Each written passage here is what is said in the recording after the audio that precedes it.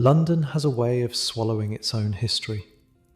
Walk down the Aldwych today, past the curved sweep of grand Edwardian buildings, past Australia House with its bronze statues and Portland stone, and you'd never guess what used to stand here.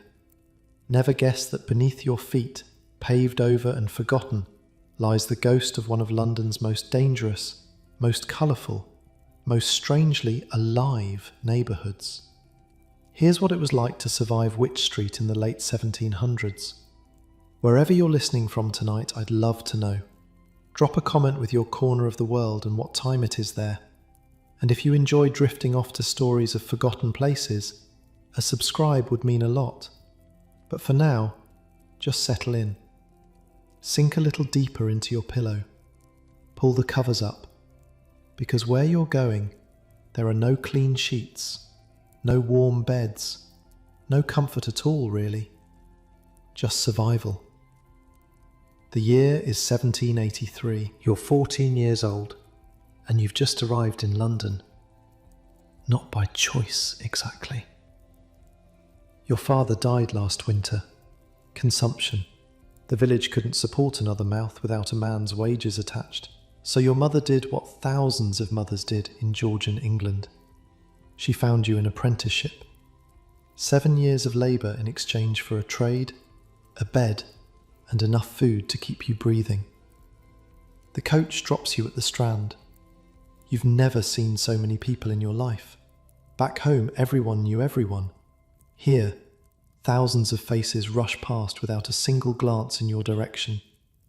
Carts rattle over cobblestones. Sellers cry their wares. Somewhere nearby, a man is shouting about the end of days, while another is loudly haggling over the price of eels. The smell hits you before anything else. Not one smell. Hundreds of them, layered and competing. Horse dung, obviously. The streets are thick with it, but underneath that, something sweeter and more rotten. Open sewers running down the middle of lanes, cesspits beneath houses seeping through brick and mortar, the acrid bite of coal smoke hanging in the air like fog, and people. Thousands upon thousands of unwashed bodies pressed together in a city that barely has room to breathe. Your eyes water, your stomach lurches. Welcome to London. The address your mother wrote on that scrap of paper leads you off the Strand, past a church called St. Clement Danes, and into a narrow lane that seems to swallow the light. This is Wych Street, and even by London standards, it's something else. The buildings lean over you. Actually lean. Their upper floors jutting out so far they nearly touch across the street. These are Elizabethan houses, some of them 200 years old, built when nobody cared about things like building codes or structural integrity. Their timber frames have warped and settled, their plaster has cracked and fallen away. Their windows are clouded with generations of grime, but they're still standing, somehow, crammed with life. You find the carpenter's shop about halfway down. A weathered sign creaks in the breeze, barely readable. The door is propped open despite the cold, and inside, a man is bent over a workbench, shaving curls of wood with a plane. He doesn't look up when you enter. You the boy? You confirm you're the boy. He sets down his plane, studies you for a long moment. He's maybe 40, which makes him old by the standards of this neighbourhood. His hands are scarred and calloused. His apron is stiff with wood dust and what might be dried blood from a slip of the chisel. Show me your hands. You hold them out. He turns them over, examines your fingers, your palms, the strength of your grip. Soft, he says. Village soft. We'll fix that. And just like that, your new life begins. The workshop sits on the ground floor. Above it, 2 cramped rooms where the master carpenter lives with his wife and 3 surviving children. The other 4 are in the churchyard. Fever took them. It's just something that happens here. Your sleeping space is in the workshop itself. a pallet of straw in the corner, covered with a blanket that might once have been wool, but has been worn down to something thin and scratchy. At night, you share this space with the other apprentice, a boy named Will, who's been here 3 years already. Will gives you the lay of the land that first night. Don't go out after dark. Not alone. Not ever. Why not? He just looks at you, like you've asked why fire is hot. The footpads will have your throat cut before you can scream. And even if they don't, the watch might take you for a thief and throw you in Newgate anyway. Better to stay inside. Keep your head down. Footpads, you learn, are what they call muggers here. The narrow streets and dark alleys make perfect hunting grounds. The overhanging buildings create shadows within shadows. A man could step out of a doorway, stick a knife in your ribs, strip you of anything valuable, and vanish into one of 100 winding passages before anyone even heard you fall. What about the watch? Will laughs. Not a pleasant sound. The watch is useless. Half of them are drunk, the other half are in on it. You're beginning to understand that you haven't just come to London. You've come to a particular kind of London, a London that exists in the cracks and shadows. A London that the grand houses on the Strand pretend doesn't exist, even though it's right behind them. Wych Street is the spine of this world, and Holywell Street, running parallel just to the left, is its beating heart. On your second day, the master sends you to fetch some supplies. Nails, he says, the ironmonger on Holywell Street, and for God's sake, come straight back. You step outside into the morning chaos. Wych Street is narrow, maybe 12 feet wide at its widest point, sometimes less. The buildings crowding in on both sides make it feel like a canyon filled with people, costermongers pushing carts of vegetables, hawkers selling everything from pins to puppies, a man with a dancing bear on a chain, collecting pennies from open-mouthed children, an old woman squatting in a doorway, selling sprigs of lavender that do absolutely nothing to cover the smell. You push through the crowd. Turn onto Holywell Street. It's even darker here. The buildings hang so far over the road that barely any light reaches the ground. But the shadows are alive with commerce. Shop after shop crammed into every available inch. Old clothes shops mostly. The Jewish traders who've made this their quarter, selling second-hand coats and breeches to anyone with a few coins. Further down, the bookshops. Now, these bookshops are interesting. Some of them sell what you'd expect: religious pamphlets, political tracts, the occasional novel for ladies who have the leisure to read them. But others have their windows arranged with careful ambiguity, suggestive title pages, illustrated covers that make your ears go hot. You're 14. You notice. What you don't know yet is that Holywell Street is famous, or infamous, depending on your perspective. By the next century, it'll be called the vilest street in the civilized world by no less than the Times newspaper. More than 50 shops selling what polite society calls obscene materials. Everything from erotic novels to illustrated guides to things that definitely wouldn't be discussed in your village church. But that's later. Right now, you're just a confused apprentice looking for an ironmonger. You find it eventually.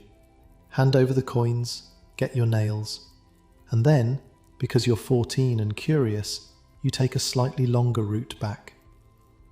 This is when you discover the taverns. They're everywhere.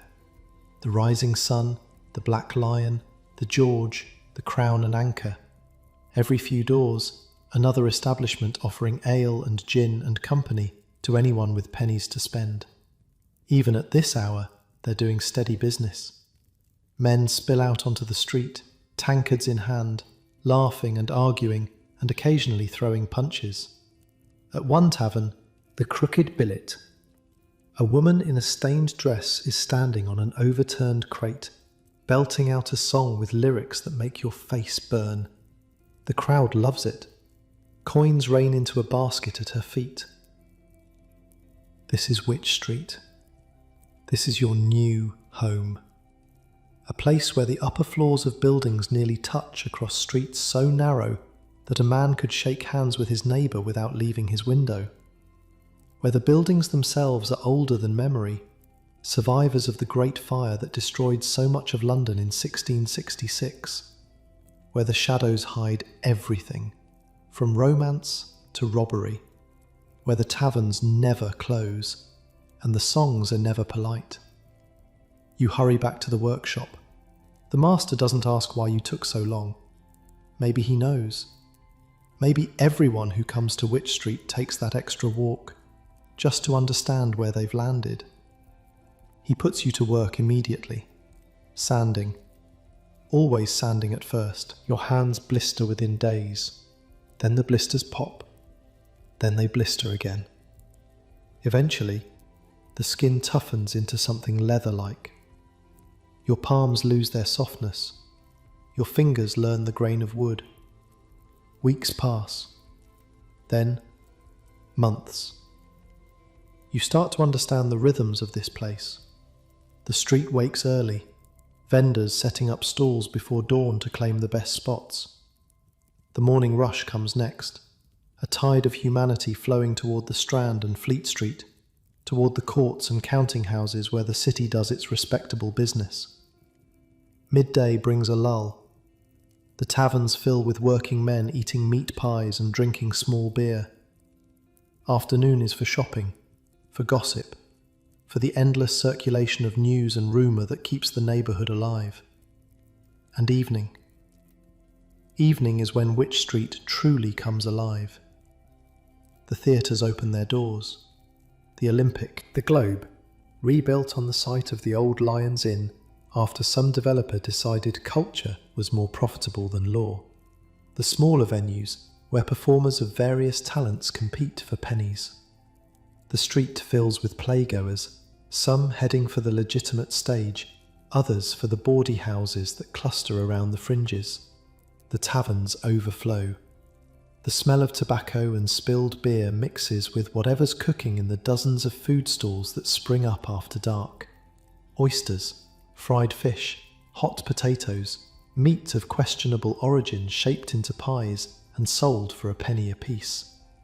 You learn to move through this chaos without drawing attention, to keep your money in your boot rather than your pocket, to walk with purpose, never dawdling, never making eye contact with strangers, to recognize the different types who frequent these streets, the working men, honest enough if sometimes rough, the criminals, who carry themselves with a certain relaxed confidence, the prostitutes, some barely older than you, working the corners and tavern entrances, the gentlemen, slumming it for the thrill, easy targets for pickpockets. You learn who to trust. Will becomes something like a friend. He teaches you the shortcuts through the neighbouring alleys, the best places to buy food, which taverns water their beer and which serve it straight, which shopkeepers will extend credit and which will have you thrown in debtor's prison for an unpaid farthing. The master carpenter is hard, but fair.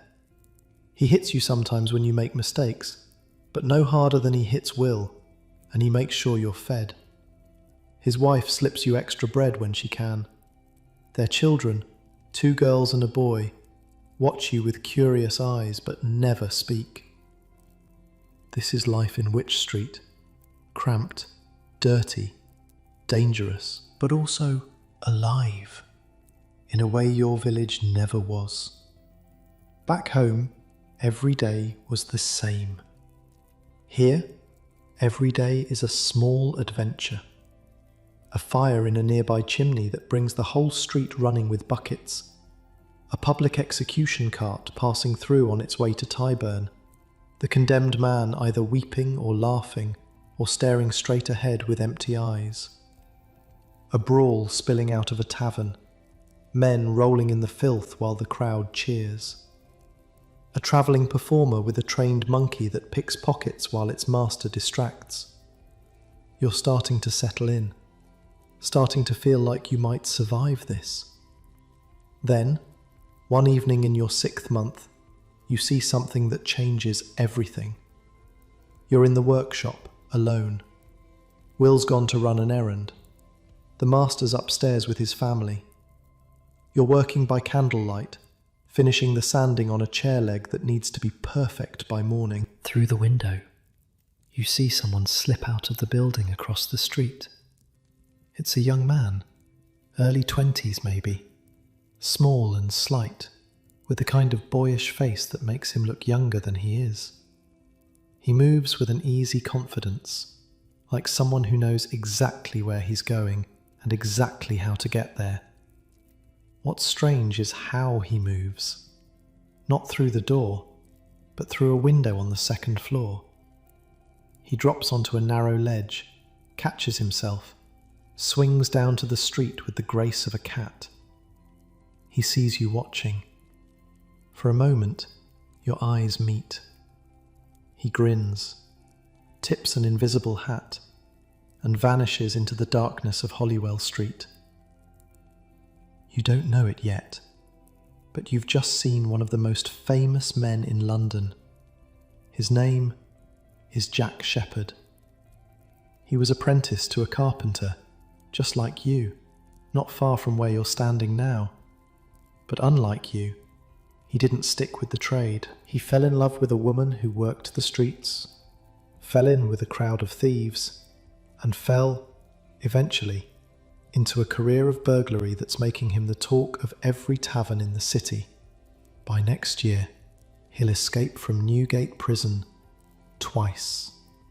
From the most secure cells in England, locked in irons, chained to the floor, he'll pick locks and break chains and scale walls and somehow walk free, again and again, until even his enemies have to admire his nerve. By next year, Daniel Defoe himself will write his biography. Crowds will pay just to see him in his cell. 200,000 people will line the streets on the day of his hanging, many of them weeping. But right now, in this moment, he's just a figure disappearing into the dark. Just another young man trying to survive Wych Street by whatever means necessary. You turn back to your sanding. The candle burns low. Outside, the sounds of the evening continue. Laughter from the tavern, a woman shouting at someone in the street, the distant clatter of a coach on the Strand. You're a long way from home, but you're starting to think you might belong here. Sleep now, in that hard pallet in the corner of the workshop. Let the sounds of Wych Street fade into the background hum they become when you're too tired to process them. Tomorrow, there'll be more sanding, more learning, more survival. And just outside your door, a whole world of thieves and poets and pornographers and dreamers, living and dying and loving and scheming in streets so narrow the sun barely reaches the ground. This is your London now. Rest your eyes. Let go. Tomorrow is another day in the slum. Winter comes to Wych Street, like a thief. One morning you wake up and the cold has seeped into your bones, through the thin blanket, through the straw pallet, through whatever warmth your body managed to hold on to during the night. The workshop has no real heating, just a small iron stove that the master lights on the coldest days, burning whatever scraps of wood are too small to use for anything else. You huddle near it when you can, but there's work to be done, and the master doesn't care if your fingers are numb. You learn to keep moving. Sawing warms you up. Planing warms you up. Even sanding, if you do it fast enough, generates enough friction to keep your hands from going completely stiff. Will teaches you a trick. Rub your hands with lard before bed. It keeps the skin from cracking in the cold. The master's wife gives you a bit from the kitchen, and you smear it on every night, ignoring how it smells, grateful for anything that stops the bleeding. But the real enemy isn't the cold itself. It's the fog. London fog is something else entirely. Back in your village, fog meant a morning mist that burned off by noon. Here, the fog comes and stays. Days at a time sometimes, weeks. It rolls in from the Thames, mixing with the smoke from 100,000 coal fires, and it creates something that barely qualifies as air. They call it a pea super. The colour is right, yellowish green, thick enough that you can barely see your hand in front of your face. It gets into everything, your clothes, your lungs, your food. You cough constantly during fog season, and so does everyone else. The sound of London in winter is the sound of a city hacking its lungs out. Worse, everything becomes slick and greasy. The walls, the cobblestones, your skin, if you're outside long enough. The fog deposits a film of soot and coal tar on every surface it touches. Wealthy women don't even try to wear white anymore. What's the point? It'll be grey within the hour. The fog makes the streets even more dangerous. You can't see who's coming. Can't see who's behind you. The footpads love it. They can step out of nowhere, do their business, and vanish back into the murk before anyone even knows what happened. Will tells you about a man who got lost in the fog last year. Walked right into the Thames. They found his body 3 days later, washed up near the docks. He'd lived in London his whole life, knew these streets better than anyone. But the fog turned everything around, made familiar things strange, and he walked right off the edge of the world. You stick close to the buildings now. Trail your fingers along the walls, count your steps, anything to keep your bearings in that yellow murk. The other thing about winter is the mud. Now, calling it mud is generous. The streets of Wych Street are paved, sort of, with cobblestones that have shifted and cracked over the centuries. Between them, packed earth that turns to slush in the rain. And on top of everything, the constant accumulation of horse dung, rotting vegetables, human waste tossed from chamber pots, dead animals, and whatever else 300,000 people can produce in the course of daily life. This mixture gets churned by cartwheels and horse hooves and human feet into something that defies description. It's black, it's slippery, it smells like death having a bad day, and it's everywhere, inches deep in the middle of the road, splashing onto your clothes every time a cart rattles past. Rich people have sedan chairs. They get carried above the filth by sweating porters, never touching the ground at all. The middling sort hire link boys to light their way and sweep a path. But you wade through it like everyone else. Your shoes are permanently stained. Your stockings are a lost cause. The master sends you out one morning in December to deliver a finished cabinet to a customer on the Strand. A wealthy merchant, the kind of man who can afford custom furniture. Don't get it dirty, the master says, and don't let anyone see you coming from this direction. You understand. The merchant doesn't want his fine new cabinet associated with the stink of Wych Street, so you take the long way around, skirting the edge of the slum, approaching the Strand from a more respectable angle. The merchant's house is another world. Clean windows, polished brass. A servant who takes the cabinet from you without meeting your eyes, like you're not quite a person, just a delivery mechanism with legs. You're back on Wych Street by noon, and because the master gave you a whole shilling for your trouble, you decide to spend a penny of it at one of the coffee houses. This is where things get interesting. The George Inn sits on a side street, just off Wych Street proper. It's been there since 1723, originally as a coffee house, though they serve ale and wine now too. It's a step up from the rougher taverns, the kind of place where a man might conduct business, meet associates, read the newspapers that circulate from table to table. You've walked past it 100 times, never gone in. But today, with a penny burning a hole in your pocket and the cold gnawing at your bones, you push through the door. The warmth hits you first. a real fire burning in a real fireplace, not the pathetic little stove in the workshop. The smell of coffee and tobacco smoke and roasting meat. The hum of conversation, men talking politics and trade and gossip. You find a corner seat, order a dish of coffee. It costs a penny, but it buys you the right to sit by the fire as long as you want, and the warmth alone is worth it. The coffee is bitter and strange. You've never had it before, but it's hot, and it gives you a jolt of energy that ale never does, and you start to understand why the wealthy classes are so fond of the stuff. You sit, and you watch, and you listen. The men here are a mixed lot. Some are clearly gentlemen, or at least trying to look like gentlemen. Clean coats, powdered wigs, the affected speech of people who want you to know they've had an education.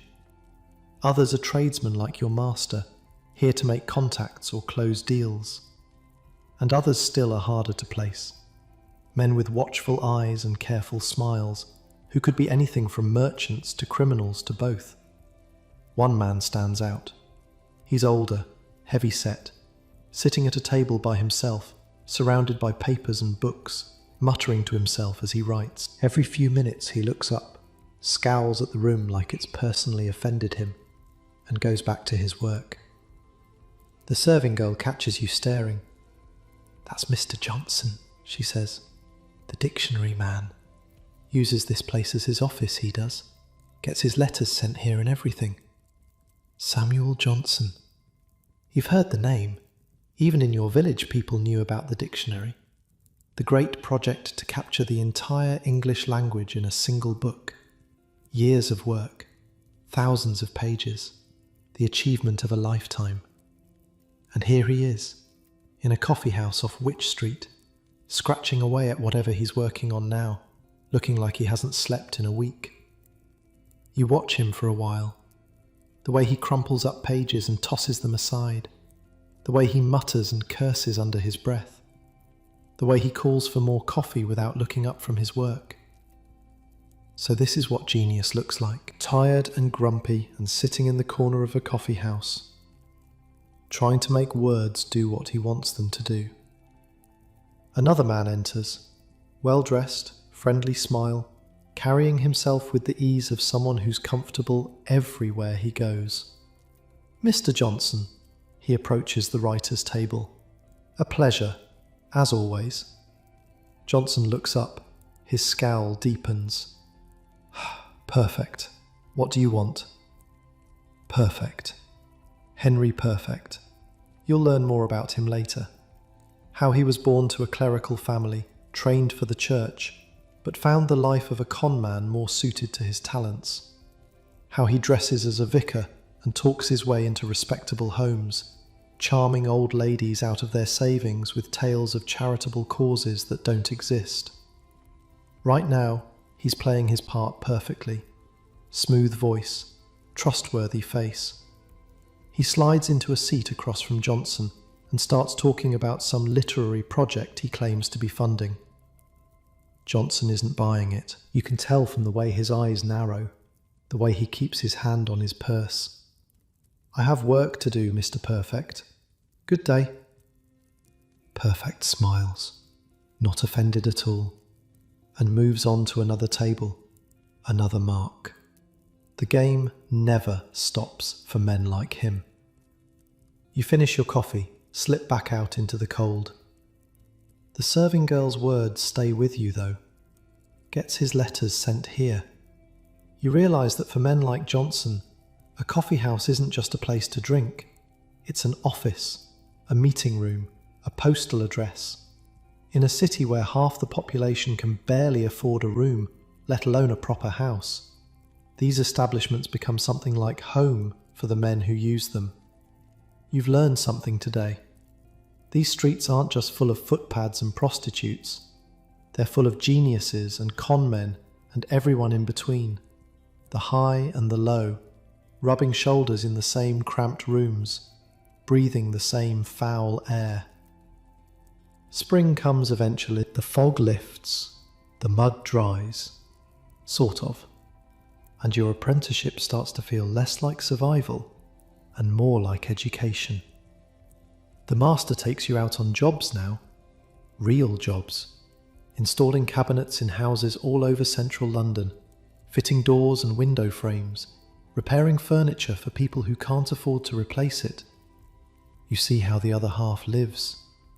The townhouses in Mayfair with their high ceilings and expensive wallpaper, the counting houses in the city with their stern clerks and mountains of ledgers, the great houses of the aristocracy, glimpsed through servants' entrances while you haul in your tools.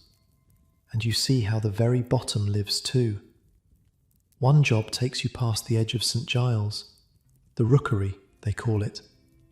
And if Wych Street seemed rough when you arrived, St. Giles is something else entirely. The houses here aren't just cramped, they're collapsing. Walls held up by sheer stubbornness, roofs patched with whatever scraps could be scavenged, entire families living in single rooms, sometimes in cellars, sometimes in spaces you wouldn't keep a dog. The smell is beyond description. Open sewers run through the streets, cesspits overflow into basements. The dead are sometimes left where they fall because nobody can afford to bury them. This is where people end up when they have nowhere else to go. The Irish immigrants fleeing famine back home, the families broken by debt or drink or disease, the criminals who need a place where even the watch won't follow. You hurry past, keep your head down, clutch your tools close. On your way back, you pass through the old legal quarter. This part of Wych Street has a different feel, quieter, more respectable, if that word means anything around here. The Inns of Chancery stand here, or what's left of them. Lion's Inn, New Inn, names that used to mean something. Back in the old days, these were places where lawyers learned their trade. Young men from good families, studying the law, boarding in grand buildings, preparing for careers in the courts. New Inn is where Sir Thomas More got his education, before he became Lord Chancellor, before he fell out with Henry VIII, before they cut his head off on Tower Hill. The man who wrote Utopia, that dream of a perfect society, learned to argue and reason in rooms just a few yards from where you're standing now. But that was centuries ago. By the time you arrived, the inns had degenerated into something else entirely. The grand buildings are subdivided now, crammed with lodgers who have nothing to do with the law, gamblers, swindlers, men who'd rather not be found. A historian will later describe the whole area between Wych Street and Holywell Street as having witnessed scenes of the most disgraceful and infamous character. He's not wrong. But there's history mixed in with the disgrace. Layers of London, stacked on top of each other. The respectable past and the disreputable present sharing the same crooked walls. Back on Wych Street, you feel almost grateful for what you have. A roof that doesn't leak too badly, food most days, work that's honest, even if it's hard. That night, lying on your pallet, you think about the distances that separate these worlds. A few hundred yards from the Strand to St. Giles, from wealth to poverty, from comfort to desperation, and Wych Street sits right in the middle. Neither one thing nor the other. A boundary zone where anything is possible and nothing is safe. The summer brings visitors. Wych Street has always attracted a certain kind of person, writers mostly. The cramped buildings and crooked streets and colourful characters make good material. You start to recognise them, these literary types, wandering through with notebooks, scribbling down observations, looking at the poverty like it's a curiosity rather than a condition. One of them stops to talk to you. He's young, maybe mid-20s, intense eyes, the hungry look of someone who hasn't quite made it yet, but desperately wants to. "You work here?" he asks. "In the carpentry shop." You confirm you work in the carpentry shop. "What's it like, living in a place like this?" You're not sure how to answer. What's it like? It's like trying to breathe through a wet rag while people steal from you and the buildings fall down around your ears. but it's also home now, or the closest thing to home you've got. It's all right, you say. You get used to it. He writes something in his notebook, thanks you, moves on.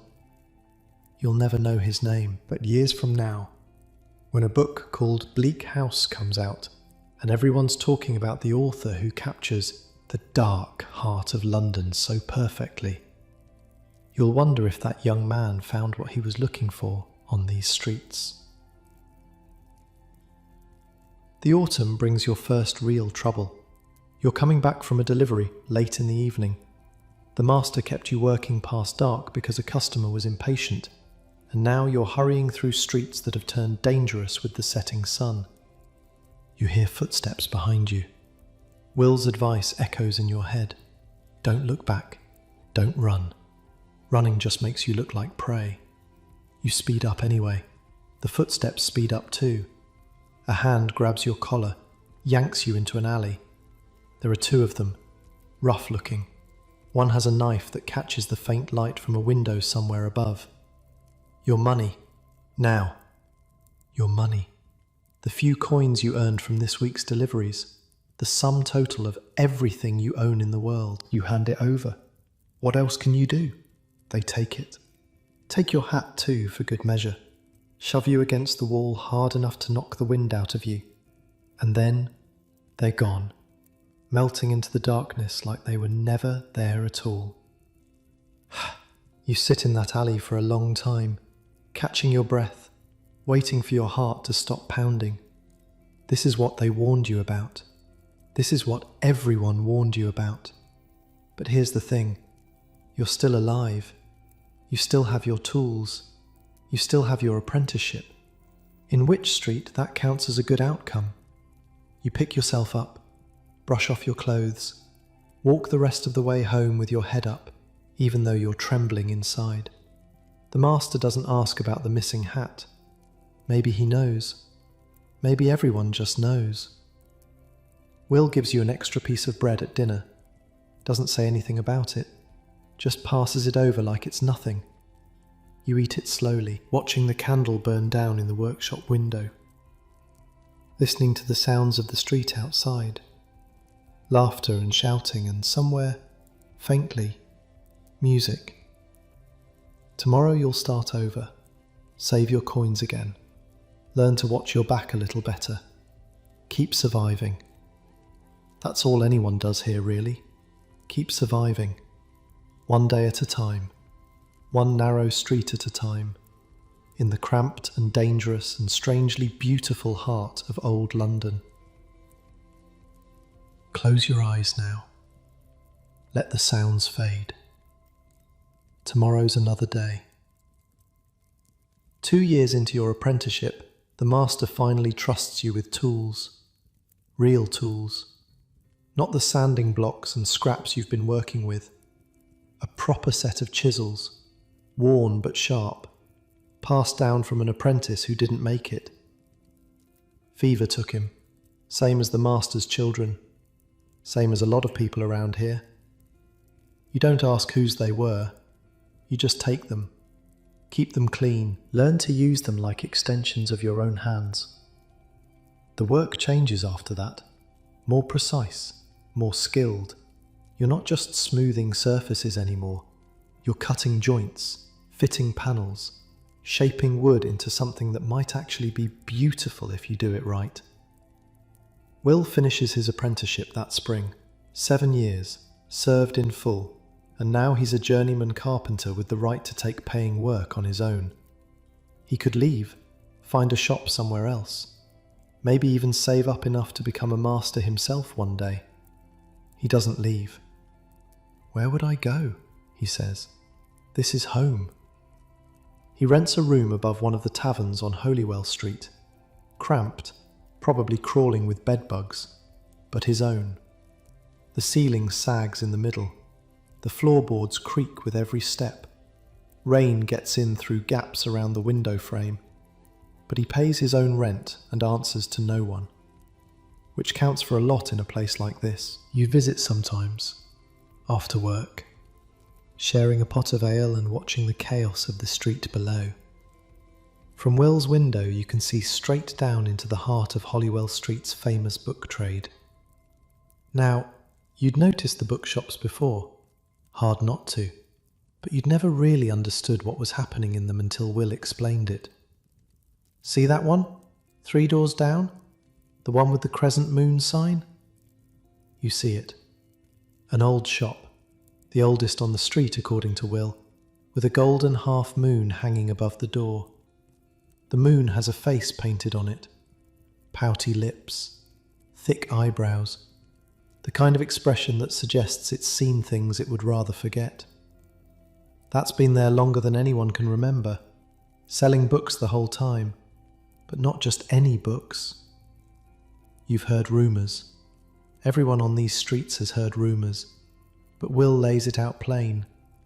The respectable booksellers deal in religious texts, political pamphlets, the occasional novel, standard fare, nothing to raise an eyebrow.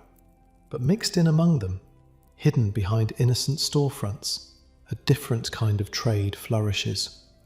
Erotic literature. Illustrated guides to activities your village vicar would choke on his communion wine just thinking about. Pamphlets attacking the government in terms that could get a man thrown in prison. Heretical religious texts that question everything from the divinity of Christ to the existence of God himself. All of it technically illegal. All of it selling like hot bread on a cold morning. How do they get away with it? Will shrugs. Who's going to stop them? The magistrates? Half of them are customers. The church? They'd have to admit they know what's in there, and nobody wants to do that. You watch a gentleman in a fine coat slip into the shop with the crescent moon. He's inside for maybe 10 minutes, comes out with a package wrapped in brown paper, tucked under his arm like it contains nothing more scandalous than cheese. The thing is, it's not just about the dirty books. Will explains that too. A lot of what gets sold on Holywell Street started as something else entirely.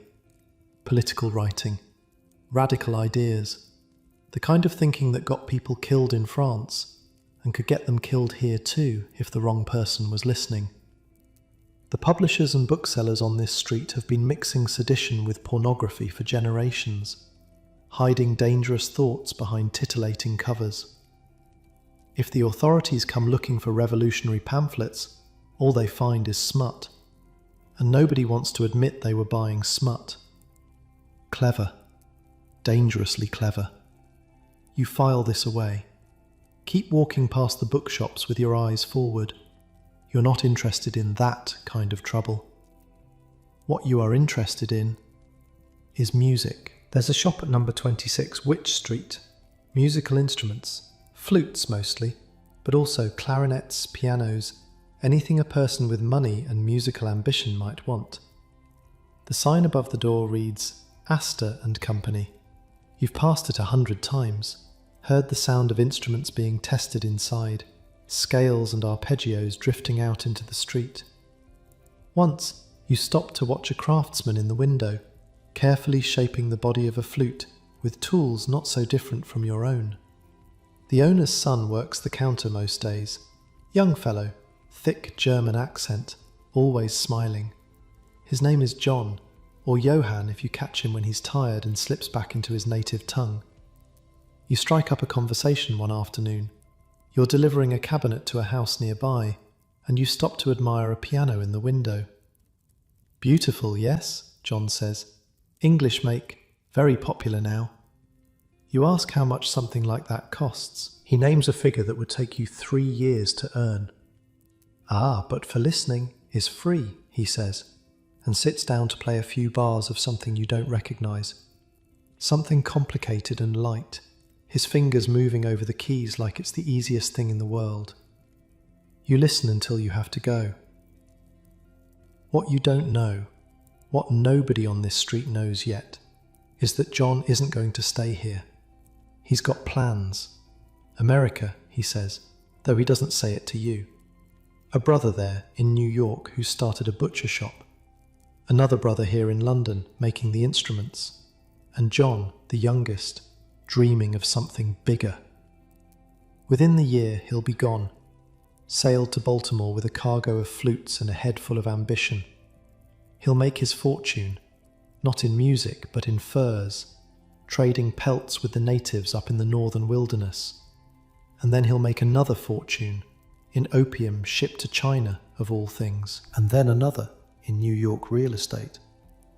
By the time he dies, John Jacob Astor will be the richest man in America, the country's first multi-millionaire. And it'll all have started here, in a cramped little shop on Wych Street, selling flutes to Londoners who couldn't have imagined where that awkward German boy would end up. But that's the future. Right now, he's just another young man trying to make his way, same as you. The theatres pull you in eventually. You've heard about them, of course. Wych Street is thick with performance venues, from the grand to the grubby. But apprentices don't have money for theatre tickets, and even if you did, the master would tan your hide for wasting it. Still, there are ways. The stage doors open onto back alleys. If you time it right, you can catch the tail end of a performance by lurking near an exit. The sound carries. The laughter, the gasps. Sometimes a door props open and you glimpse painted scenery, actors in costume, the impossible magic of people becoming other people right before your eyes. The Globe Theatre sits where Lions Inn used to stand, third theatre to carry that famous name, though it's got nothing to do with Shakespeare's original. Some developer decided that knocking down a law school and putting up a playhouse was progress. Maybe he was right. The lawyers who used to study here were already gone, replaced by gamblers and drifters. At least the theatre brings in paying customers. Word is they're planning another theatre down the street. The Olympic, they'll call it. Someone's already bought the old Drury House site and started clearing it. The rumour going around the taverns is that they're going to build it from the timbers of a French warship captured during the wars, a whole theatre made from enemy wood. Only in London would someone think that was a selling point. Across the street, the Shakespeare's Head Tavern does a roaring trade before and after performances. The name's a bit of cheek, linking itself to the famous playwright even though he'd never set foot in this particular establishment. But nobody cares about accuracy when there's money to be made. Late one night, you stumble onto something remarkable. You're on your way back from a delivery that ran long. The streets are quiet by Wych Street standards, which means only a dozen drunks instead of 100.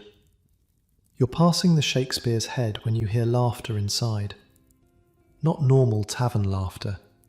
Something more sustained, more organised. You peek through the window.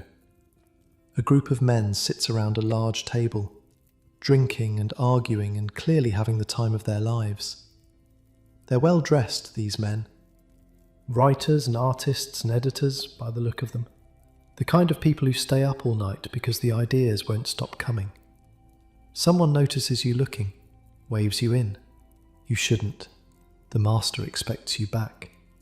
But something about the scene is too interesting to resist. Inside, the air is thick with tobacco smoke and clever conversation. A man at the head of the table is holding forth on the state of English literature, gesturing with a pipe that scatters ash everywhere.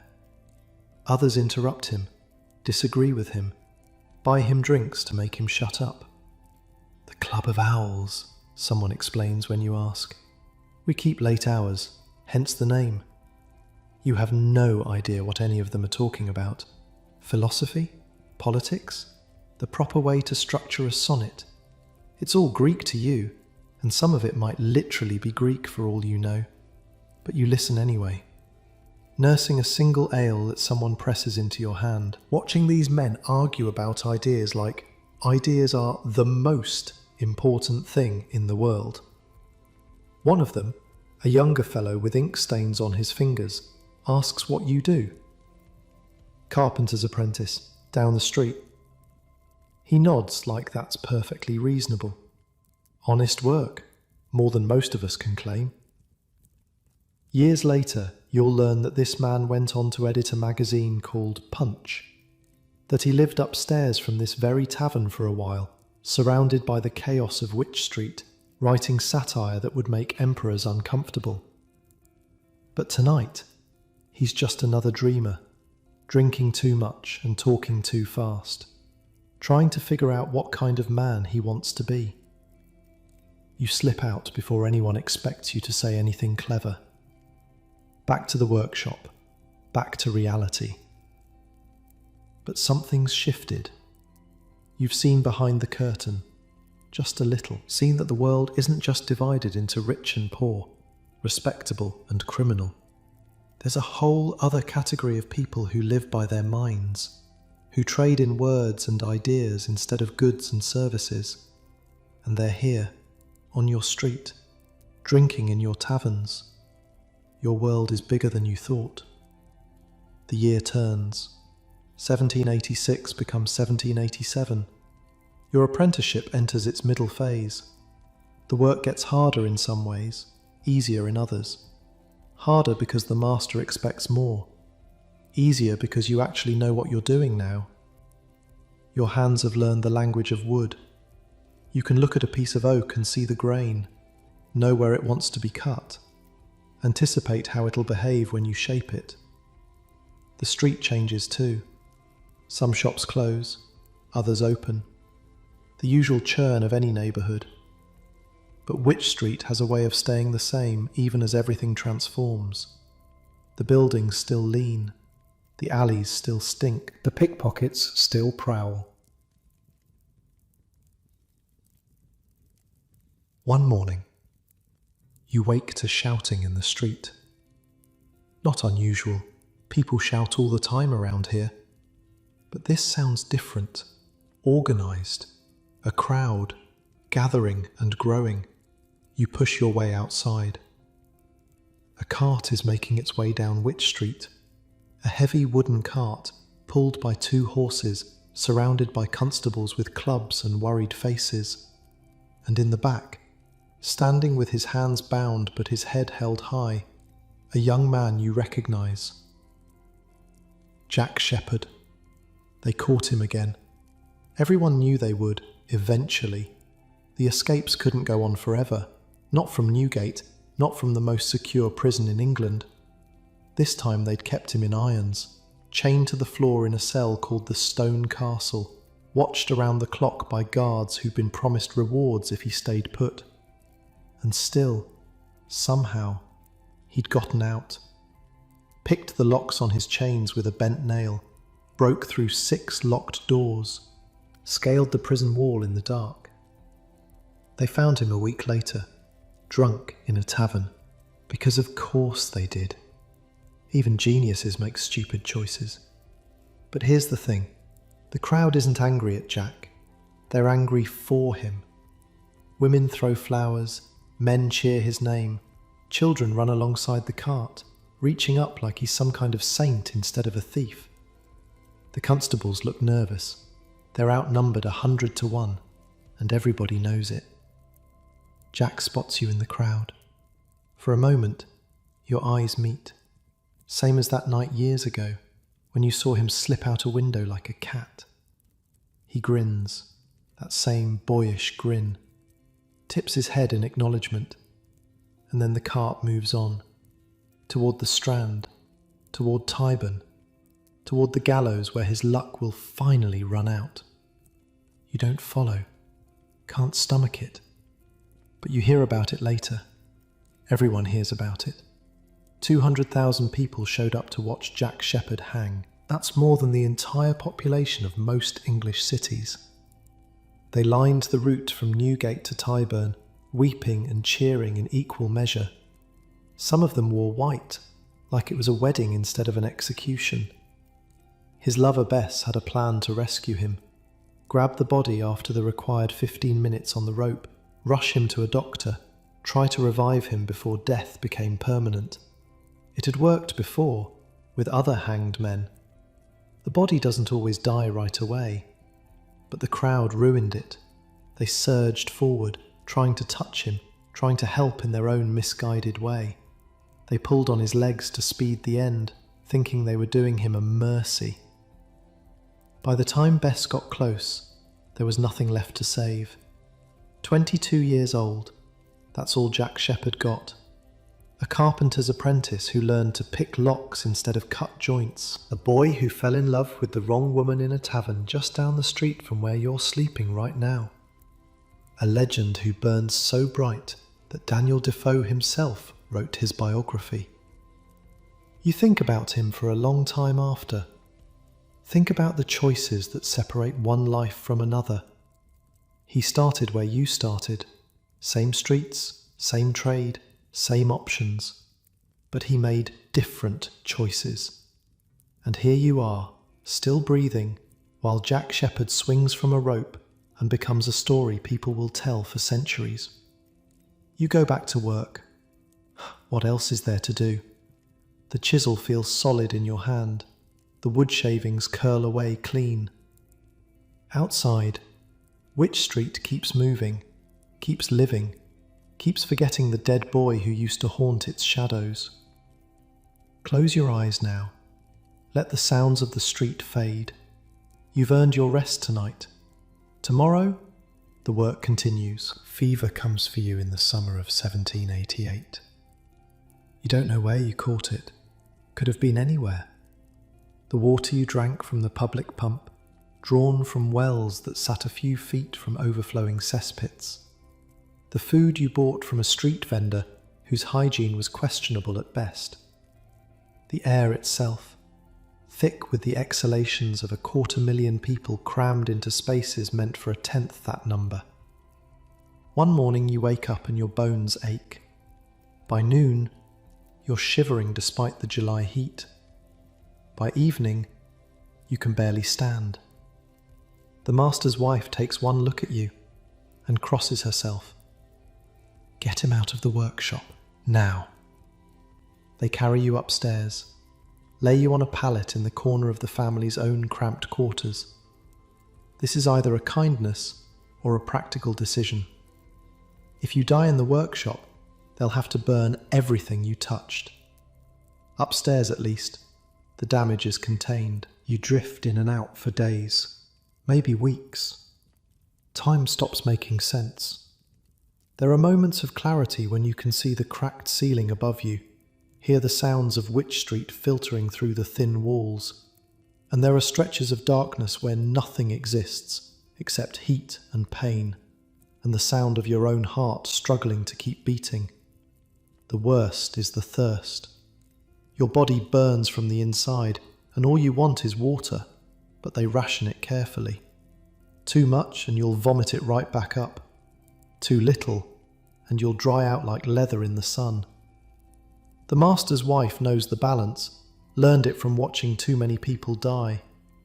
She feeds you broth when you can keep it down, wipes your forehead with cloths soaked in water that's probably contaminated with the same filth that made you sick in the first place, mutters prayers in a dialect you don't recognise. Something her grandmother taught her back in whatever country she came from before washing up on these shores.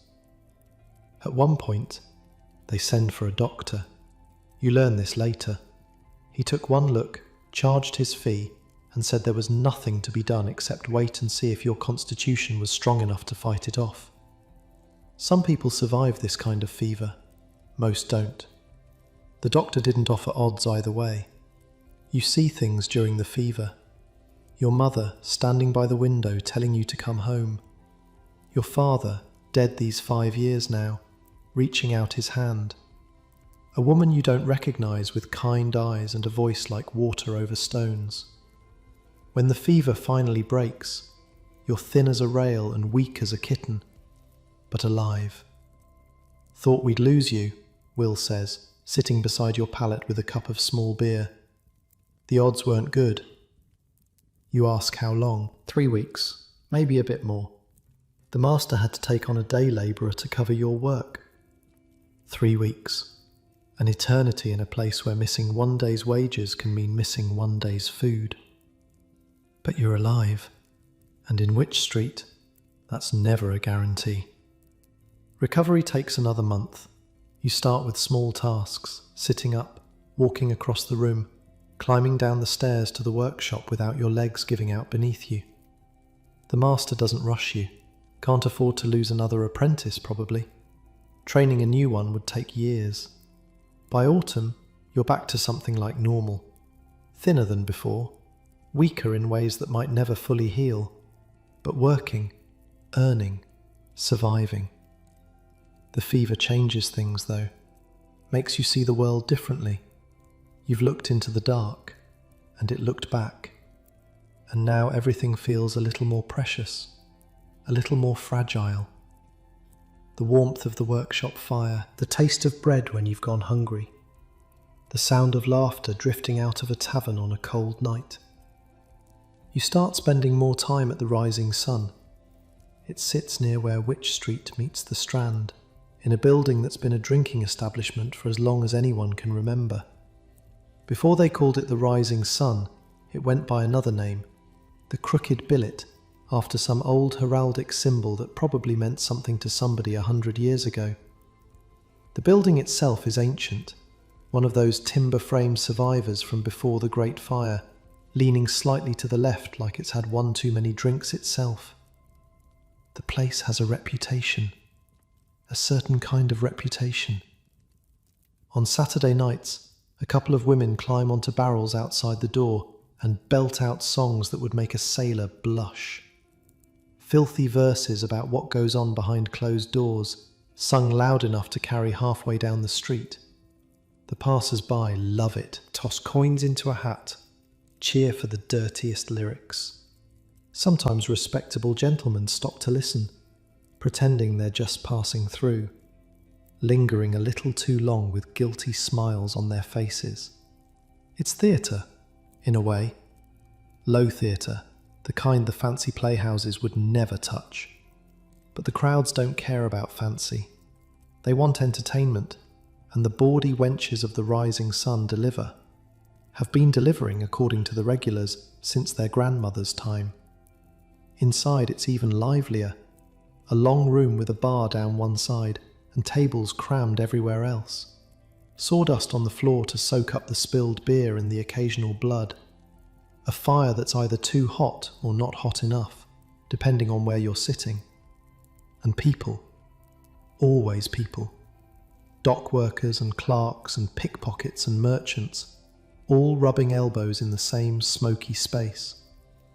You come here now because it's warmer than your pallet in the workshop, because the beer helps you sleep, because after 3 weeks of staring at death, you want to be around living people, doing living things. And because of her. She works the bar. Dark hair pulled back under a cap, quick hands, quicker tongue, the kind of woman who can talk down a drunk twice her size and still have time to pour your drink before you finish asking for it. Her name is Mary. Common enough name. Common enough story too, when you finally get her to share it. Came to London from somewhere up north, looking for work. Found this. Could be worse. Could be out on the street like some of the other girls. At least here she has a roof, regular meals, and some measure of protection from the landlord who knows a good barmaid is worth more alive than dead. You don't fall in love exactly. Love is for people with time and money and futures they can plan. What happens is simpler. A connection. A recognition. Two people in the same storm, grateful for any shelter they can find. She gives you extra bread sometimes, when nobody's looking.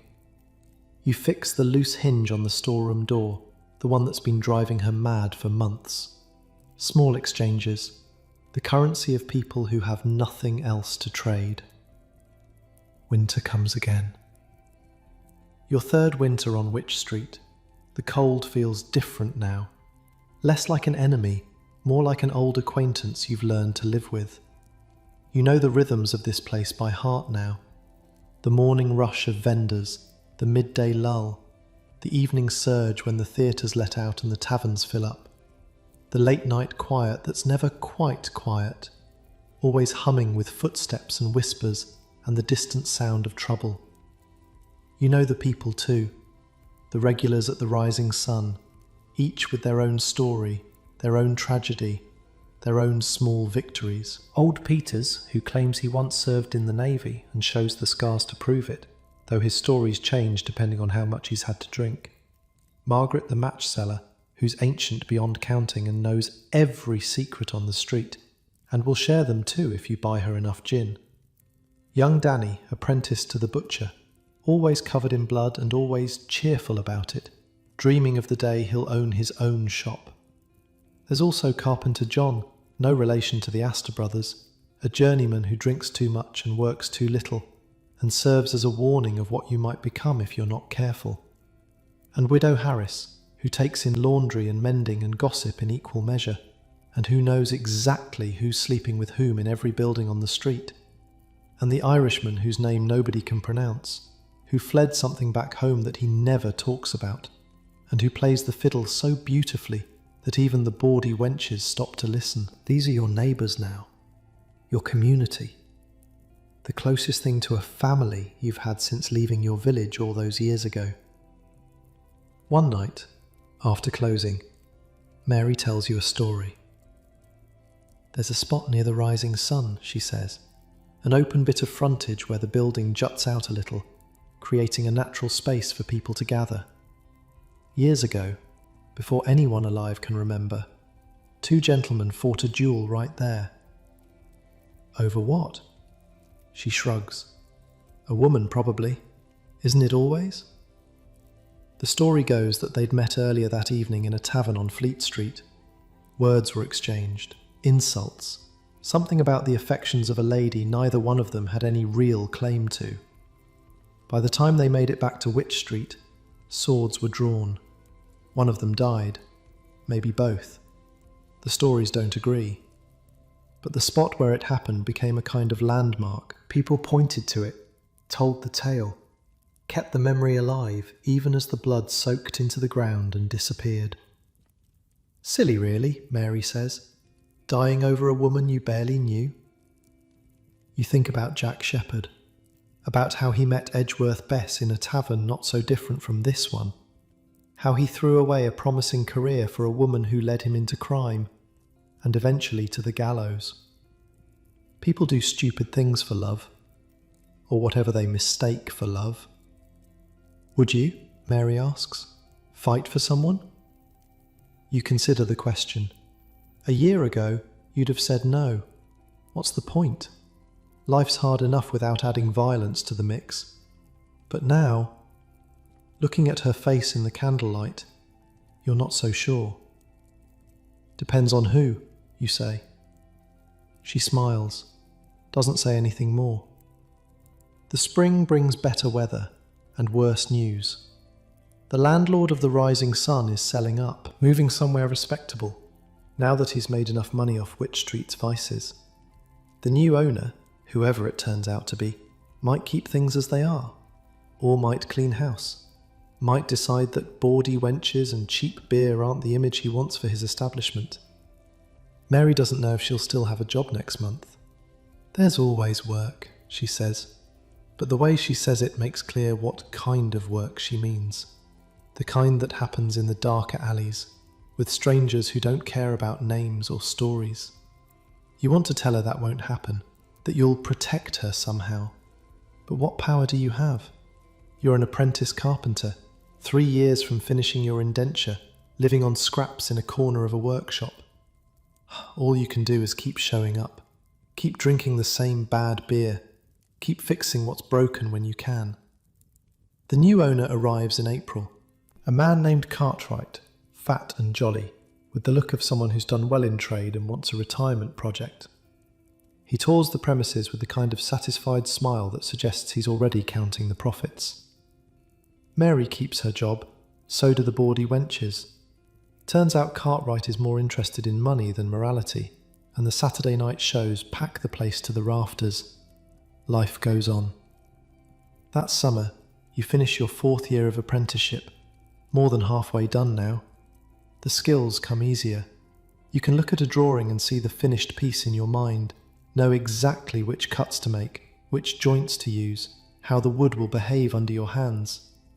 The master starts trusting you with more complex work, cabinets with delicate inlays, chairs that need to balance beauty and strength, the kind of pieces that wealthy customers pay good money for, that might survive for generations if they're made right.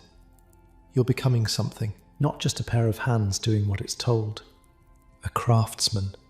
Someone who understands the wood at a level that goes deeper than technique. Wych Street is becoming something too, or rather, it's becoming more of what it already was. The old buildings keep leaning, keep settling into the mud. The street gets narrower every year, it seems, as upper floors are extended further and further out, blocking more and more of the sky. Walk down the middle of Wych Street at noon on a sunny day, and you might as well be in a tunnel. The light barely reaches the ground. This makes it perfect for certain activities. The footpads love the darkness. So do the pickpockets. So do the assignations that happen in doorways, quick and commercial, over before anyone really notices. The respectable world stays on the Strand, just a few hundred yards away, but might as well be a different universe. Wych Street belongs to the shadows. You've learnt to carry yourself differently now. Head up, eyes forward. A small knife in your boot. Not that you've ever had to use it. The confidence of someone who belongs, who knows the territory, who isn't worth the risk of robbing because he probably doesn't have anything worth taking. It's protection of a sort. Not perfect. Nothing's perfect here. But better than being the frightened boy who stumbled off the coach 5 years ago. Village soft and completely unprepared. You think about that boy sometimes. Wonder what he'd make of you now. The calluses on your hands. The scar on your arm from a chisel that slipped. The way you can walk through the darkest alley without flinching. Navigate by sound and smell when the fog rolls in. Read the street like a book written in a language only locals understand. You've been swallowed by London, and somehow you survived. Autumn again. The leaves that managed to grow in the tiny churchyards turn brown and fall. The smell of decay mixes with the usual stink of the streets. The fog returns, yellow and greasy, wrapping the world in a chemical embrace. Mary's still at the rising sun, still giving you extra bread when nobody's looking, still smiling when you walk through the door, even when she's tired, even when some drunk has been giving her trouble, even when everything feels like too much. You're not sure what this is between you. Not love, you keep telling yourself. Not anything with a future. Just two people, keeping each other warm in a cold city, waiting to see what happens next. But when she laughs at something you say, when her hand brushes yours as she passes a drink across the bar, when her eyes find you in a crowded room like you're the only person there, you wonder if maybe you're wrong. Maybe it is love. Maybe that's exactly what this is. Settle deeper into your pillow now. The street sounds fade into the familiar hum of 500,000 souls, dreaming and scheming and surviving in the greatest city on earth. You're one of them now. You belong. Let sleep take you. The morning will come soon enough. The year 1789 changes everything. Not here, not at first. The revolution happens across the Channel, in France, where angry crowds storm a prison called the Bastille, and the whole order of things starts to crack. Within months, a king who ruled by divine right is running for his life. Within years, he'll lose his head to a machine designed specifically for the purpose. And suddenly, everyone's talking about liberty and equality, and whether the same thing could happen in England. You hear about it in the taverns, at the Rising Sun, at the Angel, at every drinking hole between Wych Street and Covent Garden. Opinions run hot, fueled by beer and fear and something that feels almost like hope. Some men raise their glasses to the French, call them heroes, say it's about time the common people rose up against their masters. About time the rich learned what it felt like to be afraid. Others shake their heads, predict chaos and bloodshed, warn that this kind of thing never ends well. Revolution eats its own children, they say. Give it time. Old Peters claims he saw the French fleet once, back in his Navy days. Says they're not to be underestimated. The Irishman just laughs and says he hopes the fever spreads, hopes every king in Europe ends up shorter by a head. Widow Harris tells them both to shut up before they get everyone arrested. The booksellers on Holywell Street pay very close attention. For years, they've been mixing sedition with smut, hiding radical pamphlets behind dirty covers, testing the limits of what could be printed and sold without getting everyone involved thrown in prison. Now, with revolution in the air, the stakes are higher than ever. New pamphlets appear, Thomas Paine's Rights of Man, smuggled in from printers who are one step ahead of the law. Tracts arguing that common people deserve a voice in their own government.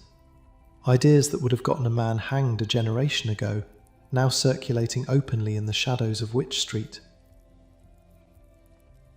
The government cracks down. Spies infiltrate the radical clubs. Printers are arrested.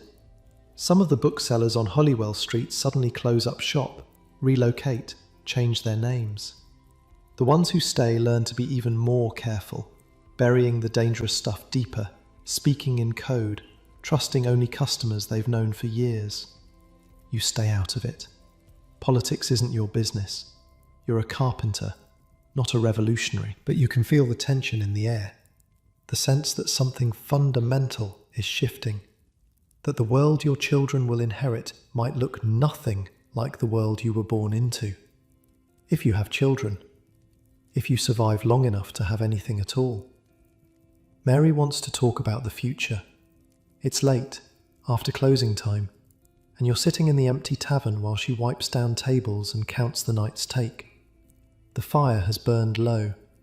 The only light comes from a single candle guttering on the bar. What happens when your apprenticeship ends? She asks. You've thought about this.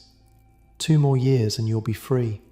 A journeyman carpenter, able to take work where you find it, able to set your own hours, able to save money towards something more. I don't know. Find work, I suppose. Maybe rent a room somewhere. Somewhere near here. The question hangs in the air. You both know what she's really asking. I'd like that, you say, if you would. She doesn't answer right away, just keeps wiping the same spot on the table, over and over, like she's thinking something through. I'm not going to be a barmaid forever, she says finally. I want something more, a shop maybe, or a boarding house, something that's mine. You nod, you understand. Nobody wants to spend their whole life serving other people's drinks, dealing with other people's problems, sleeping in other people's rooms. We could do that together, you say, someday, when we've saved enough. She looks up, meets your eyes. Together? If you want. The candle flickers. Outside, someone's singing in the street, drunk and off-key but happy. The sounds of Wych Street at midnight, familiar as your own heartbeat. Mary smiles, and you know, without either of you saying it out loud, that something's been decided. Your 6th year of apprenticeship passes in a blur of work and waiting. The master's getting old. His hands shake now when he holds a chisel. His eyes strain to see the fine details that used to come so easily. More and more of the skilled work falls to you, while he handles the business side, talking to customers, negotiating prices, dealing with suppliers. Will's doing well on his own. He's rented a small workshop space in an alley off Drury Lane, taking on jobs that are too small for the bigger establishments. Nothing fancy, but steady. Enough to pay his rent and drink his beer and dream about something better. You help him when you can. Extra hands on big projects. Advice when he's stuck on a tricky joint. The friendship that started in that cramped workshop has grown into something more solid over the years. You trust Will. And in Wych Street, that means something. One afternoon, Will takes you to the Angel Inn. It sits at the very bottom of Wych Street, right where the road meets the Strand. Older than the rising sun, older than most of the buildings around it. The kind of place that's seen centuries of London's history pass through its doors. The sign outside shows an angel with a trumpet, paint faded by decades of London soot. But you can still make out the golden wings. You know about Bishop Hooper? Will asks. You don't. Back in Queen Mary's time, the Catholic Queen, Bloody Mary they called her, and not because of the drink. He takes a long pull from his cup. She burned Protestants for heresy, hundreds of them. Men, women, didn't matter. If you wouldn't bow to Rome, you burned. You've heard of Bloody Mary. Everyone has. The Queen who tried to turn England back to Rome and lit fires under anyone who disagreed. Your grandmother used to tell stories, passed down from her grandmother, about the smell of burning flesh that hung over certain towns for days. Hooper was one of them. A bishop himself, actually. Reformed the whole church in Gloucester, they say. Gave away his own money to the poor. And Mary had him arrested for it. Will points at the angel. They kept him here, at this inn, before they took him to Gloucester to burn. Spent his last night in London in that building right there. Probably sat where we're sitting now. You look at the inn with new eyes. The same walls, more or less, that contained a man waiting to die for his beliefs. The same doorway he walked through, knowing he'd never walk through it again. The same street he saw for the last time. These same crowded, filthy, beautiful streets. That was over 200 years ago, Will says. And the inn's still here, still serving beer, still watching people come and go. Hooper's bones are dust. Mary's bones are dust. Everyone who cheered when he burned is dust. But the angel keeps pouring. He's trying to tell you something, you think. Something about permanence. About how the buildings outlast the people. How the street keeps going no matter who lives and dies on it. Or maybe about how little our suffering matters in the long run. How the world just keeps turning. Or maybe he's just drunk and feeling philosophical. Hard to tell with Will sometimes. Inside, the angel is packed. It's a livelier crowd than the rising sun, more mixed. Travellers waiting for coaches, businessmen closing deals, the occasional pickpocket working the room, though you've learned to spot them by now. You order a drink, find a corner, watch the flow of humanity that passes through this ancient space. Somewhere in this room, 200 years ago, a man faced his last night alive, knowing what was coming, knowing there was no escape. And here you are, healthy and young and in love, with your whole future stretching out ahead of you. Funny how history works. The winter of 1790 brings another fever through the neighbourhood. Not you this time, the master. He takes to his bed in November and never really gets up again. The cough that's plagued him for years turns into something worse. Something that sounds like his lungs are full of water. His skin goes grey. His breathing rattles in his chest like stones in a tin cup. Some nights you can hear it through the floor, that horrible wet sound, and you lie awake wondering if each breath will be his last. His wife nurses him the way she nursed you, with broth and prayers and cloths soaked in whatever water she can find. She sends for the doctor twice. The first time, he bleeds the master and charges a guinea for the privilege. The second time, he just shakes his head and says to make him comfortable. Make him comfortable. As if comfort exists for a man drowning in his own fluids.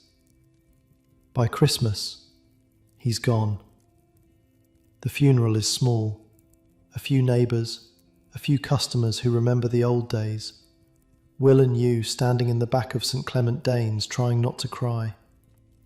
The master wasn't your father, wasn't even particularly kind most days, but he kept you alive, fed you, taught you, gave you a chance when you were just a scared boy off the coach with nothing but hope and ignorance. The workshop falls to his eldest son, a young man about your age who's never shown much interest in carpentry. Always had his eye on something cleaner, something that didn't involve sawdust in your hair and splinters in your fingers. He announces, almost immediately, that he's selling everything and moving to the countryside, wants nothing to do with Wych Street, wants nothing to do with the trade that killed his father slowly, over 30 years of breathing sawdust and bending over workbenches. Which means you're out of a job. You've got 6 months left on your apprenticeship. By rights, you should be transferred to another master, someone who can sign off on your training and grant you journeyman status.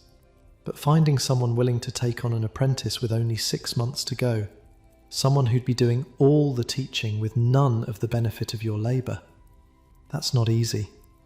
That's nearly impossible, actually. Will comes through. I know a man, he says. Friend of a friend. He's got a shop over near Covent Garden. Needs help. Might be willing to take you on for the remainder. The man's name is Crawford. Older than the master was, but still sharp. He looks you over, asks a few questions, tests your skills with a scrap of wood and a chisel. Grunts at the results. 6 months? Yes, sir. And then you on your own? Yes, sir. He considers, spits into the sawdust on the floor. All right, but I'm not paying you, and you'll work twice as hard as any of my regular boys. You agree. What choice do you have? The next 6 months are brutal. Crawford is a perfectionist in ways the old master never was. He makes you redo work that would have passed anywhere else, criticises every joint, every cut, every finishing touch, drives you to the edge of exhaustion, and then demands more. Again, he says for the 100th time, looking at a dovetail joint you've spent 3 hours perfecting. The gap's too wide, a hair's breadth, but too wide. Do it again. You want to argue, want to point out that nobody would ever notice, that the joint is strong enough, that you're not getting paid for this torture. But you don't. Because Crawford isn't wrong. The gap is there if you look close enough, and looking close enough is what separates a craftsman from a man who works with wood. But he's also the best carpenter you've ever seen. His hands are steady even at his age, even with joints that must ache in the cold. His eye for detail is unmatched. Watching him work is like watching an artist, each movement deliberate, each decision purposeful. He doesn't just make furniture, he makes things that will last for generations, things that will still be beautiful when everyone who remembers him is dead. You learn more in those 6 months than you learned in the previous 6 years.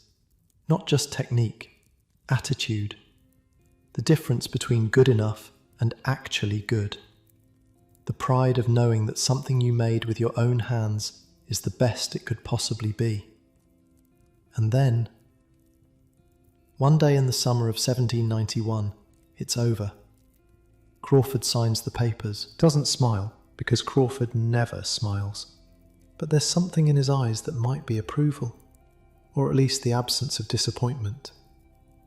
You'll do, he says, which from Crawford is basically a standing ovation. You're a journeyman now, free, your own man at last. You walk out of his shop and into the bright July sun, and for a moment you just stand there, letting it sink in. 7 years of your life given over to learning a trade. 7 years of sanding and sawing and sweating and surviving. Done. Mary's waiting for you at the Rising Sun. She's got a bottle of wine, the good stuff, stolen from Cartwright's private stock. You don't ask how she managed it. Just accept the cup she pours and drink it down. So what now? She asks. What now indeed? You've got skills and freedom but no money, no tools of your own, no workshop.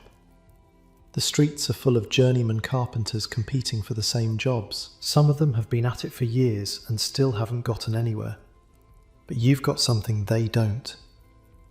You've got 7 years of surviving Witch Street. 7 years of learning how to read people, how to navigate dangerous situations, how to find opportunity in chaos. 7 years of building a network, a community, a reputation as someone who shows up and does the work, and doesn't cause trouble. I've got some ideas, you say. Mary raises her cup. To ideas, then. You drink. Outside, the street is doing its thing. Vendors shouting, carts rattling, someone laughing, someone crying, someone singing a song you almost recognise. The eternal circus of Witch Street, carrying on the way it always has, the way it always will. You're part of it now. Really part of it. Not an apprentice anymore, not someone else's responsibility.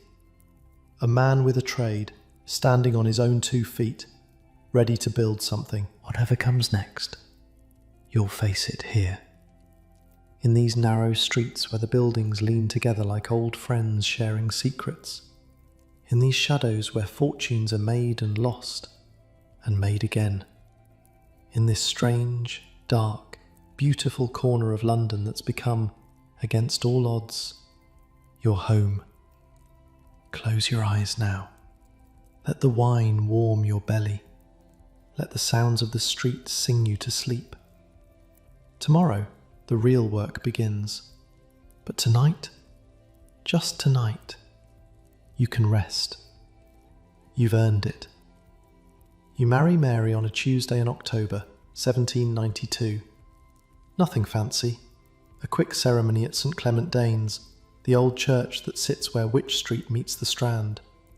The same church where they buried the Master less than 2 years ago. The same church whose bells have marked every hour of your London life, ringing out over the rooftops like a reminder that time keeps moving whether you're ready or not. The building itself has seen better days. Took damage in some war or another, patched up but never quite restored. The tower leans slightly, though the vicar swears it's been leaning that way for a century and hasn't fallen yet. Stone walls black with soot. Windows that were probably beautiful once, before generations of coal smoke dimmed them to murky shadows. Will stands up for you. One of Mary's friends from the Rising Sun, a girl named Agnes who works the kitchen, stands up for her. Cartwright gives Mary the day off, grumbling about it but not really meaning it. Even he can see that a barmaid with a husband is more stable than one without. Less likely to run off, less likely to get into trouble. The vicar rushes through the words like he's got somewhere else to be, which he probably does. 3 other couples are waiting their turn. Tuesdays are popular for weddings, apparently. Something about old superstitions, lucky days, the kind of thing your grandmother might have known about. The ring is silver, not gold. You saved for 3 months to afford it, working extra jobs, skipping meals when you had to. Mary cries when you put it on her finger, and you're not sure if it's happiness or something else. Some mixture of relief and fear that comes with making a choice this permanent. You're both so young, really. 23 years old, and you've committed the rest of your lives to each other. The rest of your lives, however long that might be. After the ceremony, you walk back through the streets together. Your wife now. The word feels strange in your mouth, heavy and light at the same time. Wife. You have a wife. Someone who's chosen to share whatever comes next, good or bad or anything in between. So what now? She asks. The same question she asked when you became a journeyman, the question that seems to follow every change. Now, we build something. You've rented a room, 2 rooms actually, if you count the tiny space in the back that might generously be called a kitchen. It's on the upper floor of a building just off Witch Street, on one of those narrow courts that run between the main thoroughfare and Holywell Street behind it. The court has a name, supposedly, though no one seems to agree on what it is. Some call it Butcher's Yard, after a slaughterhouse that operated here generations ago. Others call it the Rat Run, which is more accurate. A few old-timers insist it's actually called something else entirely, something foreign sounding, But they can't agree on that either. The buildings lean so close together that you could reach out your window and shake hands with your neighbour across the way. The sky is a narrow strip of grey far above, visible only if you crane your neck at exactly the right angle.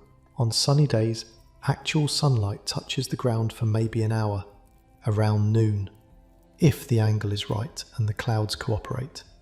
The rest of the time, it's shadows. The walls are timber and plaster, blackened by centuries of London smoke. Some of them still show the marks of the Great Fire, scorch patterns that somehow survived even though the buildings themselves were rebuilt. It's like living inside history, surrounded by the ghosts of everything that came before. It's dark. It's cramped. The smell from the cesspit in the courtyard below rises up through the floorboards on warm days, a rich stench of human waste mixed with whatever the neighbours have thrown out. The drainage is terrible. After a good rain, the whole courtyard floods, and you have to pick your way through inches of filthy water just to reach the street. The neighbours include a drunk who sings at 3 a.m, old ballads about sailors and lost love that would be touching if they weren't so loud, a prostitute who entertains clients at all hours, her laughter carrying through the thin walls. A family of 8 crammed into a space smaller than your 2 rooms combined. Children everywhere, always hungry, always underfoot. It's yours. For the first time in your life, you have a door you can close, a space that belongs to you and no one else, a place to hang your tools, store your wood, sleep beside your wife without worrying about the master walking in. Home. Another word that feels strange, but good. The work comes slowly at first. You don't have a reputation yet, not as a journeyman. People knew you as the apprentice at the old workshop, the quiet one who showed up and did what he was told. Now you need them to know you as something else, a craftsman in your own right, someone worth hiring. Will helps, sends jobs your way when he's got more than he can handle, recommends you to customers who need work done but can't afford his prices. It's charity in a way, and you hate needing it, but you take it anyway, because pride is a luxury you can't afford.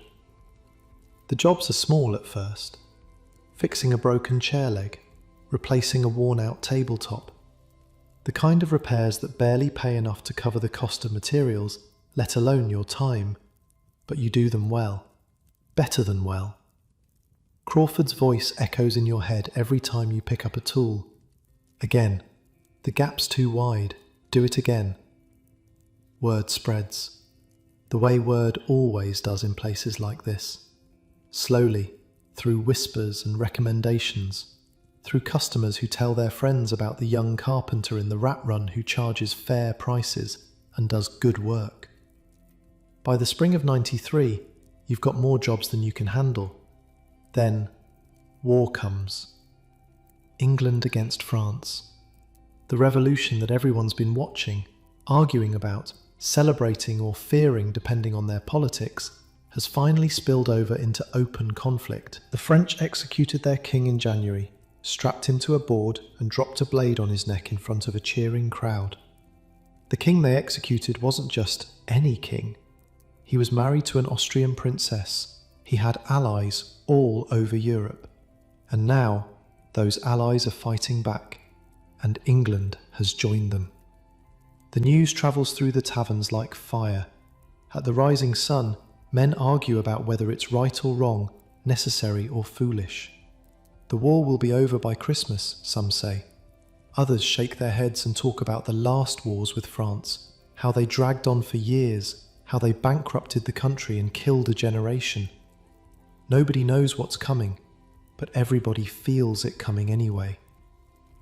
The war changes everything. Trade slows.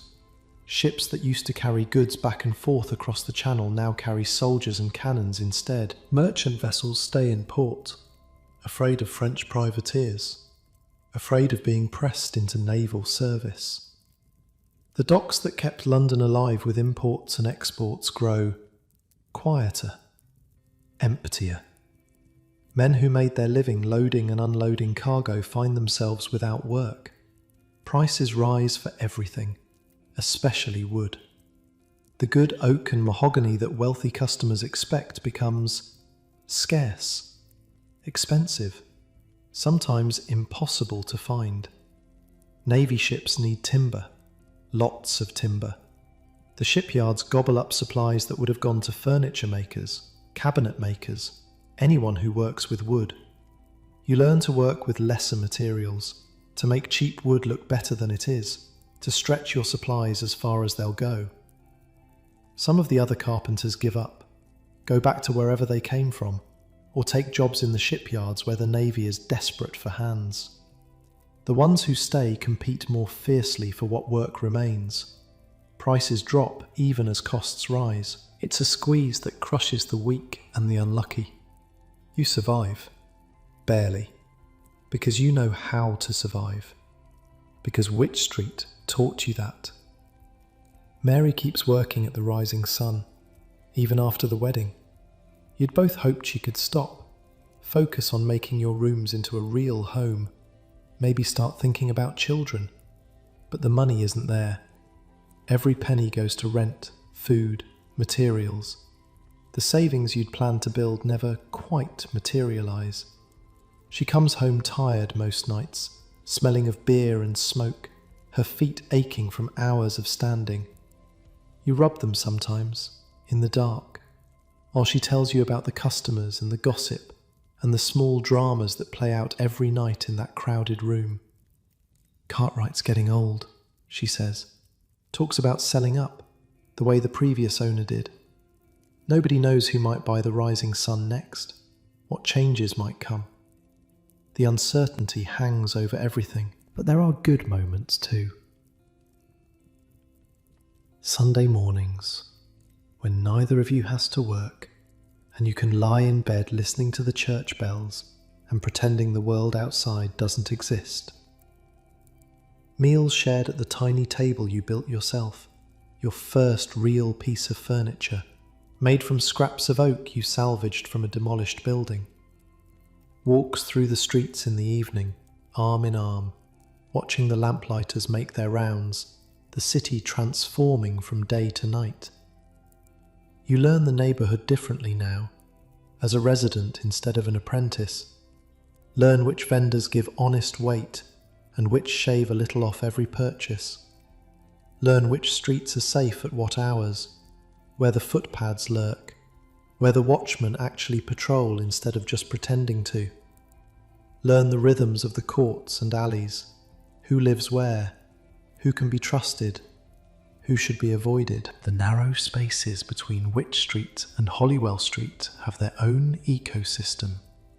A whole world hidden from the main thoroughfares, where the light barely penetrates and the rules are different. You hear stories about what happens in some of those courts. Gambling dens that operate all night. Fences who'll buy anything, no questions asked. Women who'll do anything for the right price. Men who'll do worse.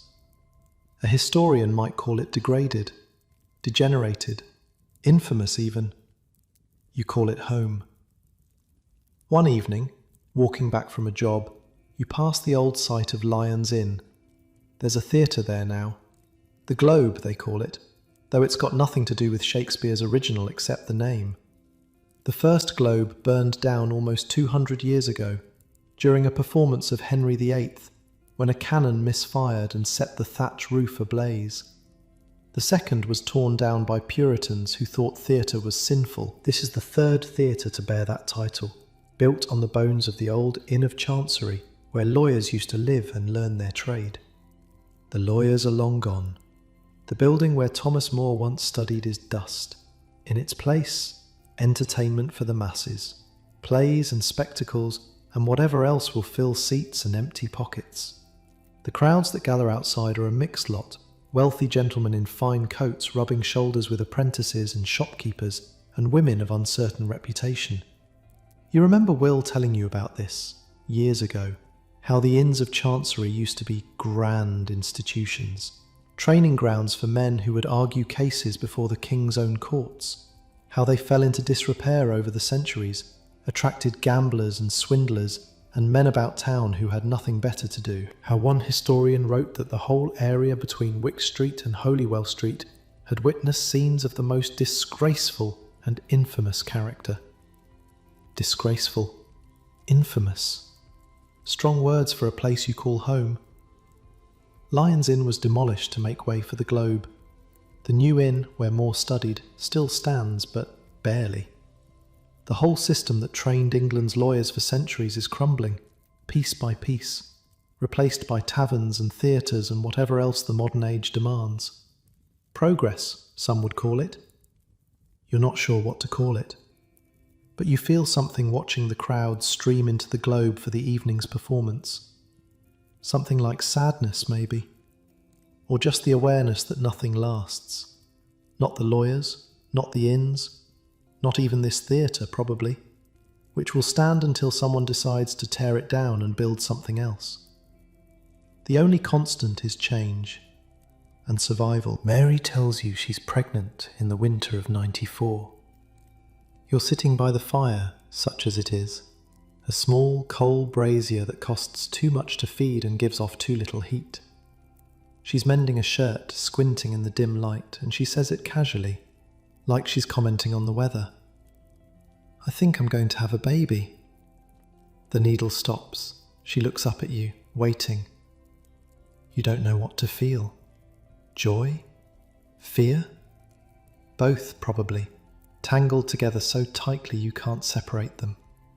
A child. Your child. A new life in this old, tired, dirty city. Are you sure? Pretty sure. The signs are all there. You've seen women die in childbirth, seen them bleed out in hours, screaming until they couldn't scream anymore. Seen children die in infancy, carried off by fevers and fluxes before they could even walk, before they had names that anyone would remember. Seen families destroyed by the simple act of trying to bring new life into the world. It happens all the time in places like this. Part of life. Part of the price you pay for living at all. But you've also seen the other side. Children who survive, who grow strong, who carry on their parents' names and trades and dreams. We'll manage, you say, because what else can you say? Mary smiles, goes back to her mending. Outside, the wind howls through the narrow court, rattling the windows in their frames. Somewhere a dog is barking. Somewhere a baby is crying. Someone else's baby, not yet yours, but soon. You put another piece of coal on the brazier, watch the flames dance. A child. God help you. God help all of you. Let your eyes grow heavy now. Feel the warmth of the fire, even if it's just a memory of warmth, just the idea of it. The war goes on. The work goes on. Life goes on. Stubborn and relentless, refusing to stop no matter how hard things get. You've built something here. Not much, by some standards. 2 rooms in a rat run, a wife who works too hard, a child on the way you're not sure you can afford. But it's yours, and that's something. That's everything, really. Sleep now. The morning will bring what it brings. Your daughter is born in the summer of 1795. It happens in your 2 rooms above the rat run, with Mary gripping your hand hard enough to leave bruises. A midwife from 3 doors down does the work. Old woman, been delivering babies in this neighbourhood for 40 years. She's seen everything. The ones who live, the ones who don't. She knows what she's doing. The labour takes 12 hours. 12 hours of Mary's screaming, of you feeling useless, of praying to a God you're not sure you believe in anymore. The midwife sends you out for hot water, sends you out for clean rags, sends you out for gin, which she drinks herself because, she says, it steadies her hands. When the crying starts, thin and high and miraculous, she wraps the baby in a cloth and hands her to Mary like she's done this 1,000 times, which she probably has. Girl, she says, Strong lungs, good colour, she'll live. Those last two words mean more than anything else she could say. She'll live. So many don't. You've seen the tiny coffins carried through these streets, seen mothers weeping over bundles barely bigger than loaves of bread, seen fathers drinking themselves into oblivion because the child they hoped for never drew a second breath. But your daughter is breathing, screaming actually, red-faced and furious at being forced into this cold, dirty world. You look at this small, squalling thing, your daughter, your blood, a new person in the world who didn't exist yesterday and exists now, somehow, against all odds. Mary's exhausted, pale as milk, lost a lot of blood, more than the midwife expected. But she's smiling. She needs a name, she says. You hadn't thought that far ahead, honestly. The pregnancy itself was enough to worry about. The money, the space, whether Mary would survive the birth, whether the baby would survive its first week. So many don't. So many don't. Elizabeth, you say. It was your mother's name. Mary nods, closes her eyes, sleeps. You sit by the window with Elizabeth in your arms, watching the sun set over the rooftops of Wych Street. The buildings lean against each other like old drunks holding each other up. Some of them have stood for 200 years, older than memory, older than the country you're fighting a war against, older than everything, except the river and the hills. These are Elizabethan houses, named for the Queen who ruled when they were built. Timber frames filled with plaster, the beams darkened by 2 centuries of London smoke, upper floors that jut out over the street on wooden brackets, each floor extending further than the one below it, until the buildings almost touch at the top. They call it jettying, something about gaining extra space, extra rooms, extra rent. The old builders were clever like that. They found ways to squeeze every last inch of usefulness out of narrow plots and crooked streets. Some people say the upper floors were designed to make it easier to empty chamber pots into the street. Others say it was about keeping the lower floors dry when it rained. Nobody really knows anymore. The builders who put up these houses are long dead. Their grandchildren are dead. Their grandchildren's grandchildren are dead. But the houses remain. They survived the Great Fire somehow. Everything around Drury Lane stayed standing while the rest of London burned. A miracle, some said. A fluke of the wind, more likely. The fire came roaring up from Pudding Lane in 1666, ate through thousands of buildings, destroyed 87 churches, left 2/3 of the city in ashes. But it stopped just short of here. The flames turned, the wind shifted, and these old houses, built of wood and plaster, somehow escaped the inferno that consumed their stone neighbours.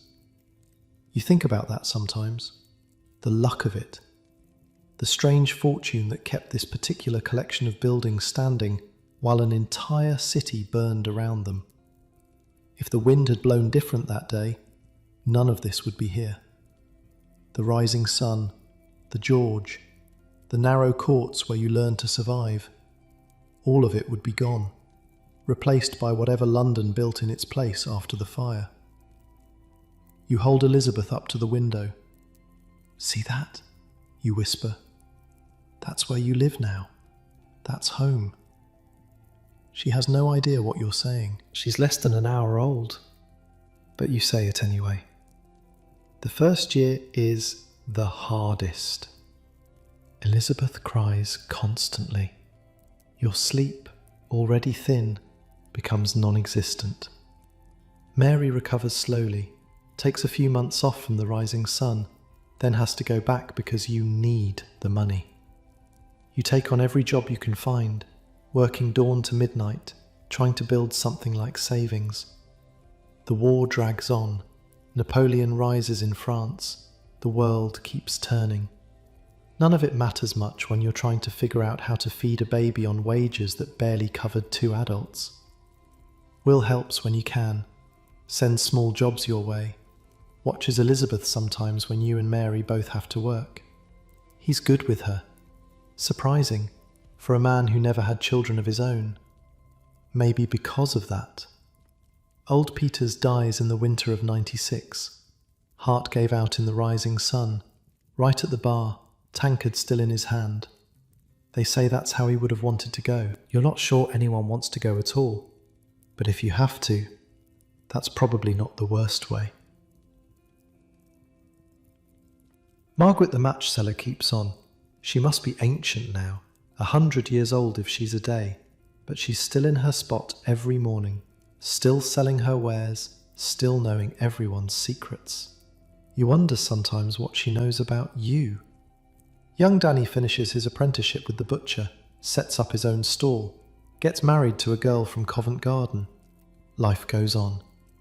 Elizabeth grows.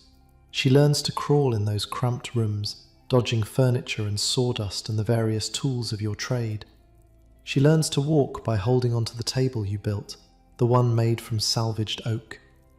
She says her first words, "Mama," and "Da," and then, mysteriously, "Moon," which makes no sense until you realise she can see the Crescent shop sign on Holywell Street from the back window. The Crescent Moon, one of the oldest shop signs in London, hanging over a bookshop that's been there longer than anyone remembers. Gold paint faded by generations of soot. Elizabeth points at it every evening, when the light catches it just right. "Moon," she says. "That's right," you tell her. Moon. By the time she's 3, Elizabeth is running through the streets like she owns them, playing with the other children in the courts and alleys, learning, as you learned, which corners are safe and which aren't. Which shopkeepers will slip her a treat and which will chase her away. How to move through the crowd without getting trampled. How to disappear into a doorway when trouble comes walking by. She's a child of Wych Street now. This narrow, dark, dirty, wonderful place is all she knows.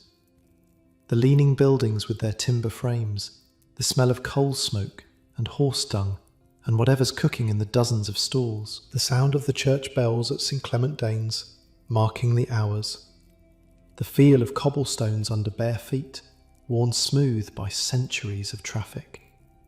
She doesn't know there's another London, a London of grand houses and clean streets and people who bathe more than once a month, a London where children have nurseries and governesses and rooms of their own. That London exists just a few hundred yards away on the Strand, but it might as well be on the moon for all Elizabeth will never see of it. This is her world, these crooked streets and shadowed alleys, these ancient houses that have sheltered generations of Londoners just like her, this community of survivors and dreamers and schemers who call themselves neighbours. You wouldn't have it any other way. The buildings themselves become familiar, not just as background, but as characters in the story of your life. There's the house on the corner where the drunk sings every night, 3 stories of timber and plaster, listing slightly to the east, held up apparently by nothing but habit. The woman who lives on the top floor keeps pigeons on the roof. You can hear them cooing when the street goes quiet. There's the old pub that used to be something else. Nobody remembers what. Its sign creaks in the wind. Its windows haven't been cleaned since the old king was young. But the beer is cheap and the company is reliable. And sometimes that's all you need. There's the shop where they sell the books you're not supposed to look at. You've never gone in, never needed to. But you know what happens behind that door. The mixing of sedition and smut. The revolutionary pamphlets hidden behind illustrated covers. The shopkeeper nods when you pass. You nod back. That's the extent of your interaction. And there's your building. 4 stories of questionable construction, housing maybe 20 people across various rooms and partitions. The cesspit in the courtyard below. The narrow staircase that groans with every step. The window where you can see the crescent moon sign if you lean out just right. This is architecture that survives not because it's well built, but because nobody's gotten around to tearing it down yet. Architecture that's been patched and repaired and subdivided so many times that the original builders wouldn't recognize it. Architecture that was old when your grandparents were born and will probably still be standing when your grandchildren die, unless someone decides to make way for something new. There's beauty in it, if you know where to look. The way the timber frames pattern against the plaster, the way the upper floors create shelter from rain and sun alike, the way the buildings lean together, as if they're sharing secrets. A writer came through here once, years ago, taking notes on everything he saw, gathering material for a story, he said. You wonder sometimes what he made of it, whether he found the beauty or just the squalor, whether he understood that this place, for all its faults, is home to people who love it. The war ends in 1815, 22 years of fighting, and finally, it's over. Napoleon's beaten at Waterloo. The French are no longer the enemy. England celebrates with bonfires and parades and drinking that lasts for days. The bells at St. Clement Danes ring all night. People dance in the streets of Wych Street, the same streets where they once feared invasion, feared conscription, feared the end of everything they knew. You're 46 now, grey in your hair, ache in your joints when the weather turns cold. Lines in your face that weren't there when you stepped off that coach 32 years ago.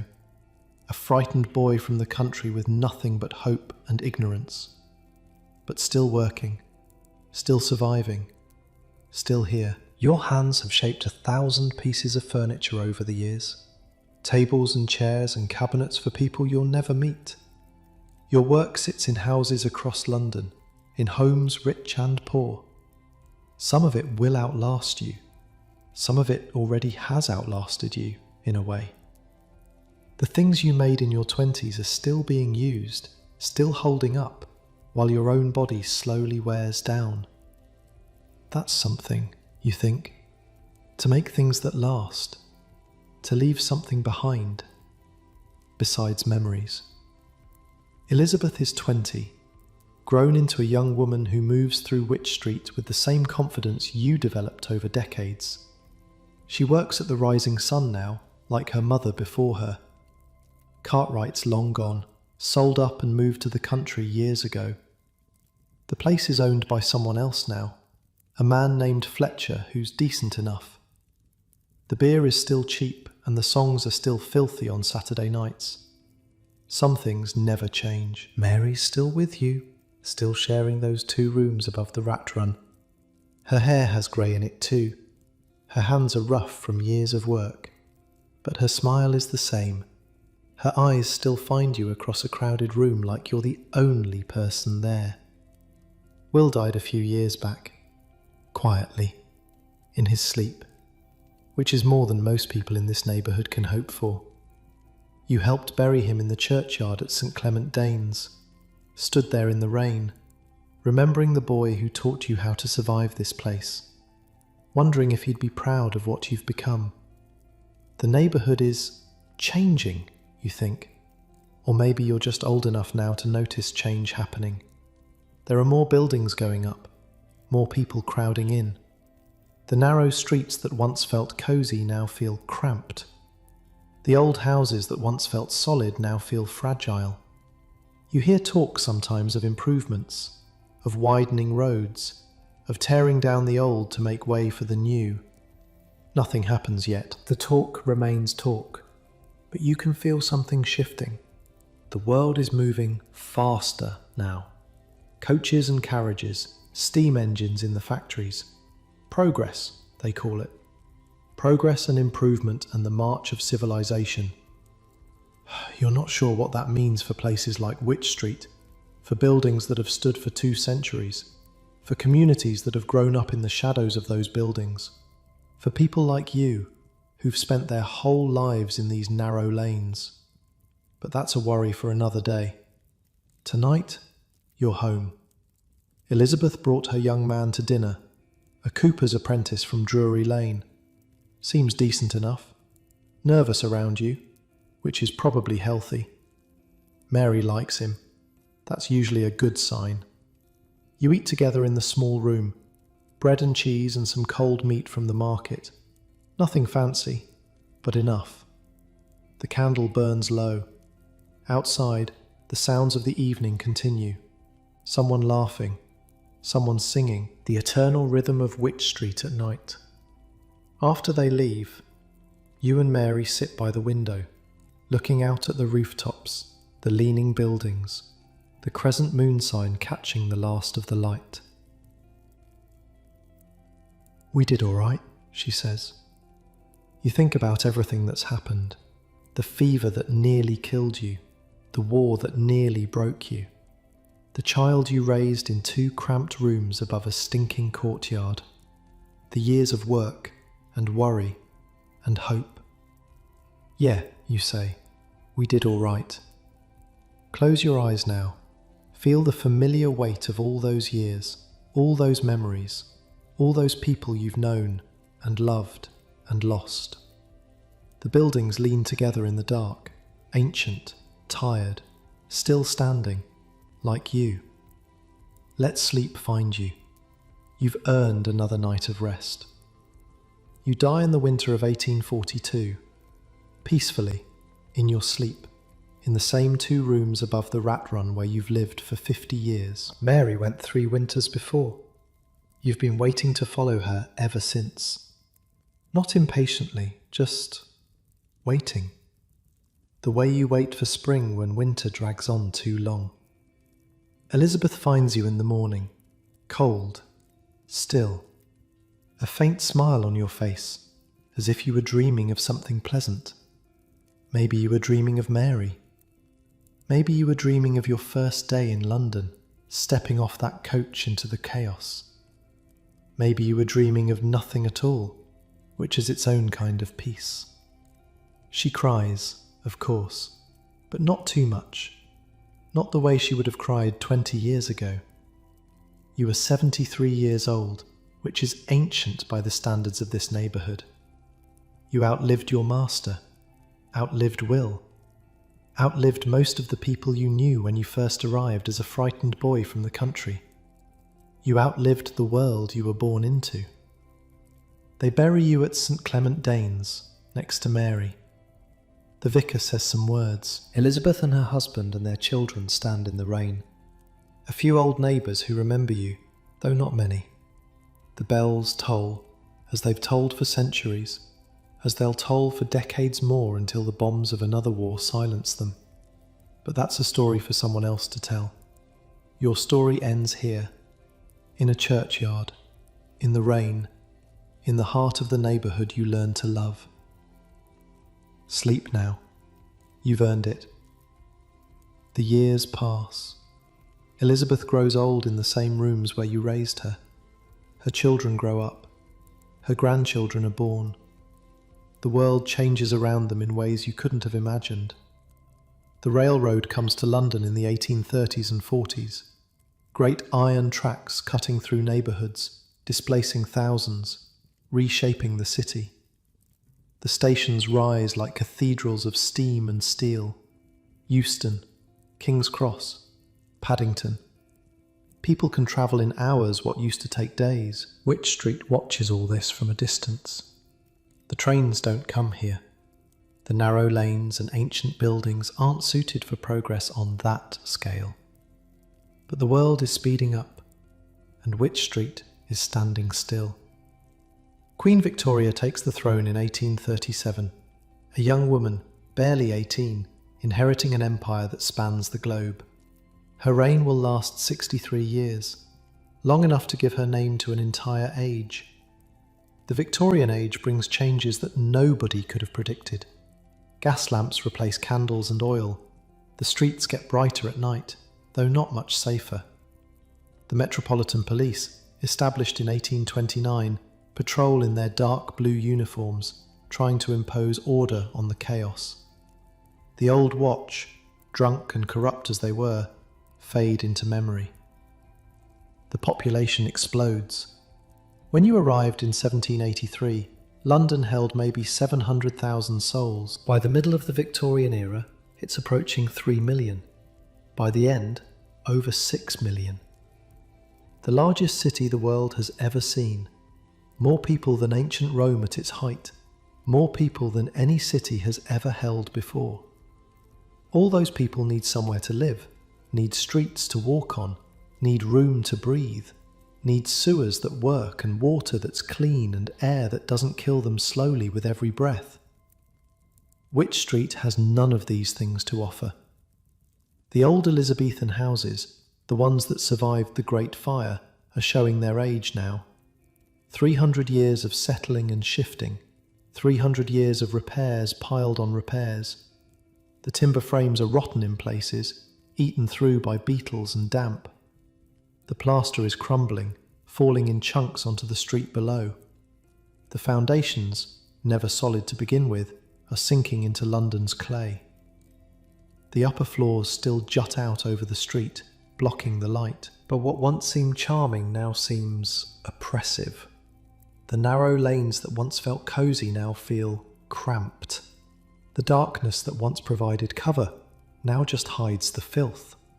A contemporary account describes the area as having narrow, dark, and irregular alleyways encumbered with low projecting eaves and arched doorways. Good for ambush, good for hiding, bad for everything else.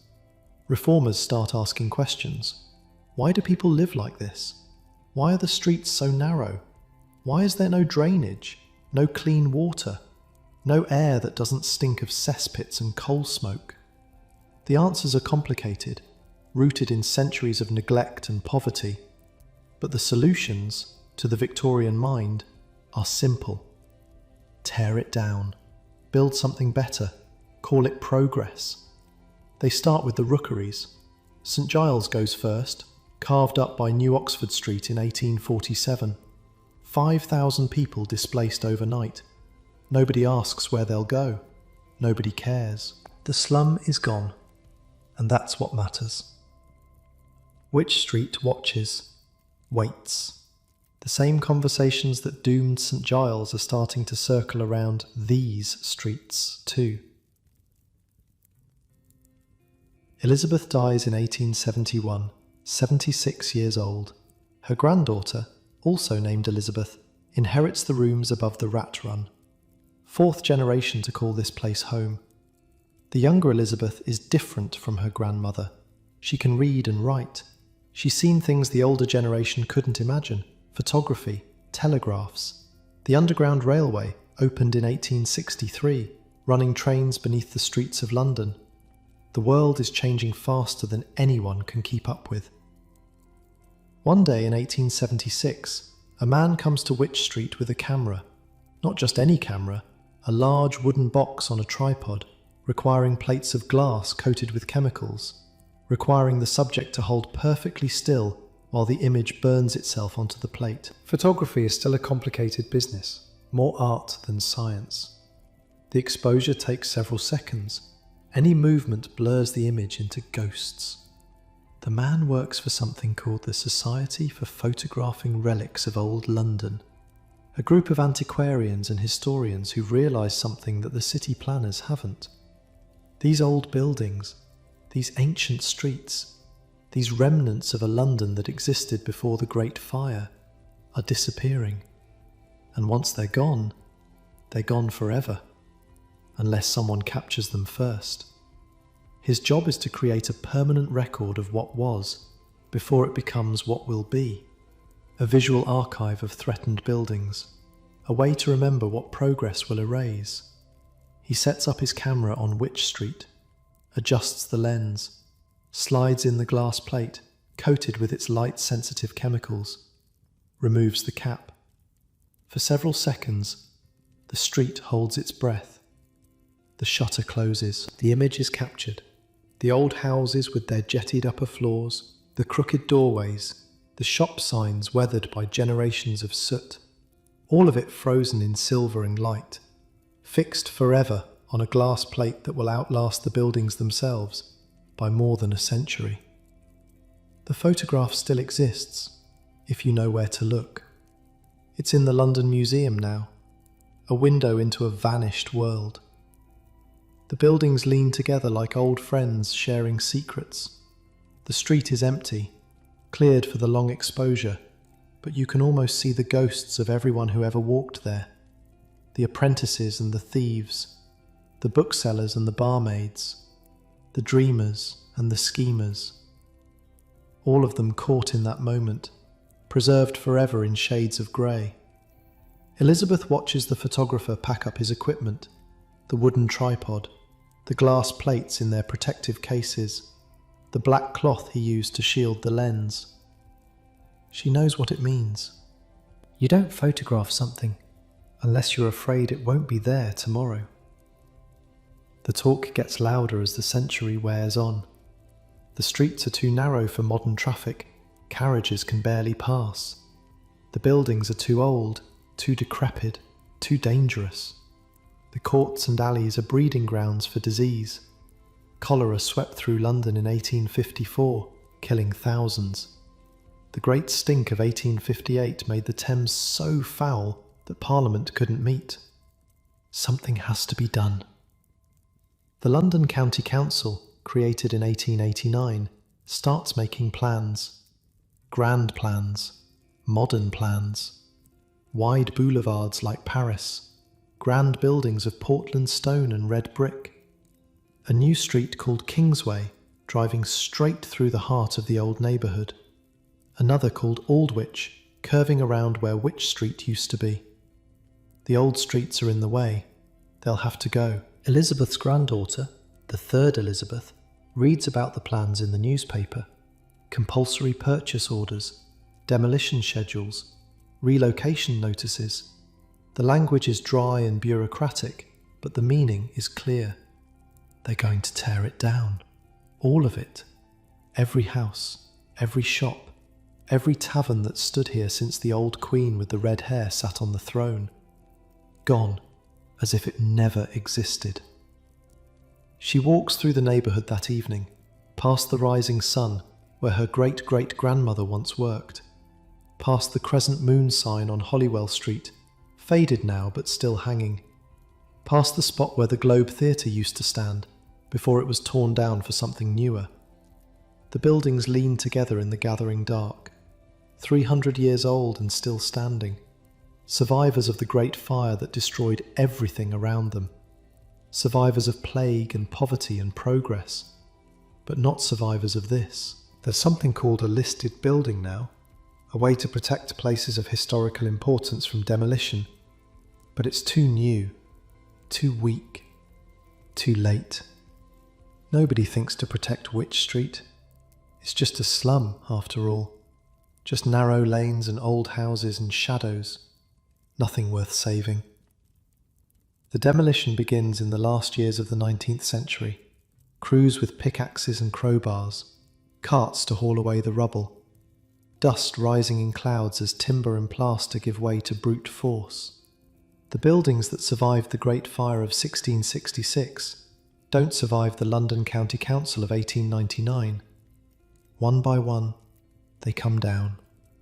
The houses where families lived for generations, where children were born and old people died, where the same floorboards creaked under the feet of great-grandparents and great-grandchildren, the shops where books were sold, legal and otherwise, where revolutionaries browsed next to pornographers, where ideas that would change the world sat on shelves next to pictures that would make a bishop faint. The taverns where songs were sung and stories were told, where deals were made and hearts were broken, where the bar wenches belted out filthy verses on Saturday nights to the great amusement of the crowd. All of it. Gone. The theatres go too. The Olympic, built from the timbers of a French warship. The Globe, third of 5 theatres to bear that name, built on the site where lawyers once studied. The Opera Comique, the Gaiety. All of them demolished to make way for the new Aldwych. The crescent moon sign comes down from Holywell Street, the oldest shop sign in London, some said. Nobody thinks to save it. It's just a piece of painted wood, after all. Just a memory. hanging on a wall that won't be there tomorrow. The third Elizabeth moves to Islington, rents a room in a building made of brick, with proper drains and gas lighting and all the modern conveniences. It's safer, cleaner, more respectable. But at night, sometimes, she dreams of narrow streets and leaning buildings, of a crescent moon sign catching the light, of the sound of bells from St. Clement Danes, marking the hours as they've marked them for 500 years. She dreams of a place that no longer exists. By 1901, Wych Street is gone. Where the narrow lanes used to wind, there's now a broad curve of road called Aldwych. Where the old houses used to lean, there are grand new buildings of stone and brick. Australia House, India House, Bush House, which will one day hold the BBC. The kind of imperial architecture that announces to the world, this is the heart of an empire. This is progress. This is modern. The old neighbourhood is buried beneath. Not just demolished, but erased. Even the street names are changed. Even the memory is paved over. A person could walk through that curved new road and never know what used to stand there. Never guess that beneath their feet, in some metaphorical sense, lies the ghost of one of London's most storied neighbourhoods. The narrow streets where Jack Sheppard learned his trade before turning to crime. The bookshops where sedition and smut were sold side by side, revolution hiding behind pornography. The taverns where songs were sung that would make a sailor blush and a vicar faint. The coffee houses where men like Samuel Johnson held court and con men like Henry Perfect found their marks. The music shop where a young German immigrant named Astor sold flutes before sailing to America to become its first multimillionaire. All of it gone. Replaced by stone and steel and progress. Replaced by the grand curve of Aldwych, which ironically takes its name from the old neighbourhood it destroyed. Aldwych. Aldwych. Old Wych Street. The new road named for the old road it erased. But maybe not entirely gone. The photographs survive. The old maps survive. The stories survive, passed down through generations, written in books and archives and memories. The neighbourhood is gone, but the idea of it persists. The knowledge that once, in this exact spot, people lived and loved and struggled and survived. People who were no different from you. People who wanted the same things you want. A home, a family, a life that means something. That's something, isn't it? You arrived in 1783, a frightened boy from the country, stepping off a coach into the chaos of London. You learned to survive in streets so narrow the sun barely reached the ground. You learned to recognise the footpads and avoid the cesspits and find your way through fog so thick you could taste it. You fell in love, raised a daughter, built furniture that probably outlasted you, sitting in houses across London, holding up the lives of people who never knew your name. And when you died, you were home. The buildings are gone now. The streets are gone. Even the church where you're buried was bombed in the next war and rebuilt, different from before. Even the stones that marked your grave are lost somewhere in the rubble of history. But you were here. You lived, you mattered, and somewhere, in the photographs and the stories and the dreams of people who never knew you, you still do. Close your eyes now. Let the images fade. The leaning buildings, the narrow streets, the crescent moon sign. Let them sink into the darkness, where dreams live. You've walked through history tonight, through a vanished world, through streets that existed for 3 centuries and then disappeared in the space of a few years. Sleep now. Dream of narrow streets and ancient buildings. Dream of a London that was. If you went to London tomorrow, if you flew across the ocean, or took a train through the tunnel, or however people travel these days. If you walk down the Strand from Trafalgar Square, past the grand hotels and the theatres, and the shops selling things you don't need at prices you can't afford. If you turned left at St Clement Danes, that old church with the bells that still ring out the hours, and looked at the curved road sweeping around to your right, you'd see Aldwych. It's a strange shape on a map, almost like a letter D bulging out from the straight line of the Strand. Some people call it the crescent, others just call it the curve. Whatever you call it, it's distinctive, the kind of road that makes you think someone planned it that way for a reason. And they did. They planned it to replace something else, something older, something that had been there for 300 years, before the planners decided it was in the way. The grand buildings lining the curve look like they've been there forever. Portland stone and red brick, columns and cornices, the kind of architecture that announces importance. Australia House, with its bronze statues and its grand facade, houses the Australian High Commission. India House does the same for India. Bush House, that massive stone block in the middle, used to be the headquarters of the BBC World Service. For decades, voices went out from that building to every corner of the planet, broadcasting news and music and stories to people who would never see London with their own eyes. Kingsway runs north from the curve, driving a straight line through what used to be a maze of medieval alleys. It connects Aldwych to Holborn, business-focused and practical, just as the planners intended. The divide it created still holds true today. Vibrant Covent Garden to the west, the legal courts and financial offices to the east, a boundary drawn in stone and asphalt, where crooked lanes used to wind. If you ask anyone who works in those buildings, anyone who walks past them every day on their way to somewhere else, what used to stand here before, most of them won't know. They'll shrug. They'll say it's always been this way, hasn't it? The curve, the stone, the sense of permanence. But it hasn't, not even close. Just over 100 years ago, those busy people hurrying past would have been walking down narrow medieval lanes. Lanes so narrow, the sun barely reached the ground. Lanes lined with timber-framed houses, whose upper floors jutted out so far they nearly touched across the street.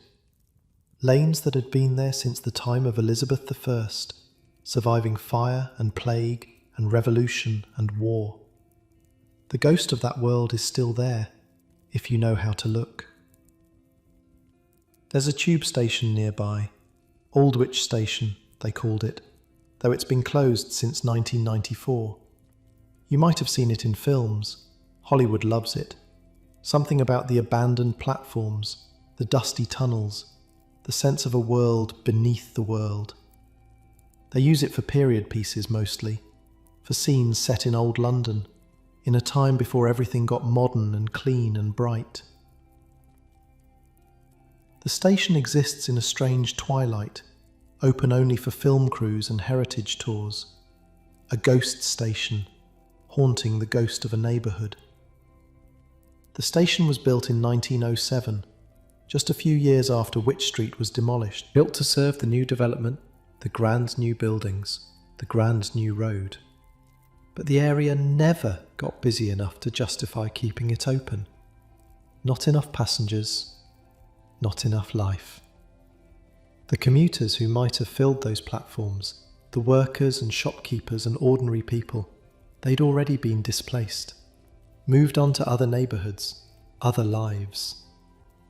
There's a metaphor in there somewhere, a tube station built on the grave of a neighbourhood, closing down because nobody comes, because the life that made this place special was already gone before the station opened. But that's probably reading too much into it. Charles Dickens knew these streets. Not our protagonist's story, obviously. Dickens was born in 1812, 30 years after our frightened apprentice arrived. But Dickens walked these lanes, worked nearby as a young man, in a blacking factory by the Thames, pasting labels onto bottles while his father sat in debtor's prison. He knew poverty, knew the shame of it, knew how it felt to be young and scared in a city that didn't care whether you lived or died. He came back later, as a writer, gathering material for the stories that would make him famous. Walked through St. Giles and worse slums, guided by police inspectors who carried lanterns into the darkest rookeries. Took notes, asked questions, remembered. They say Wych Street inspired parts of Bleak House, the narrow alleys, the jettied buildings, the sense of a world crammed together, pressing in on itself, struggling to breathe. The courts and passages where fog gathered and never quite lifted, where poverty and crime lived side by side with art and commerce and dreams, where the smoke from 1,000 chimneys mixed with the mist from the Thames to create something that was neither fog nor smoke, but a third thing entirely. A London particular, they called it. Dickens wrote about it better than anyone. Dickens had a gift for seeing the life in places like this. Not just the squalor, though he saw that too, but the humanity, the people trying to survive in conditions that would crush someone weaker, the small kindnesses and the large cruelties, the way a neighbourhood could be a prison and a home at the same time. He wrote about places like Wych Street because he understood that the poor have stories too, that a thief can be a hero, that a barmaid can be brave, that the people history forgets were once just as alive as the kings and queens that history remembers. The streets are gone now, the buildings are gone, but Dickens's words survive. And in those words, something of the old neighbourhood lives on. Not accurately, maybe. Fiction never is, but truthfully, in a way that matters more than accuracy.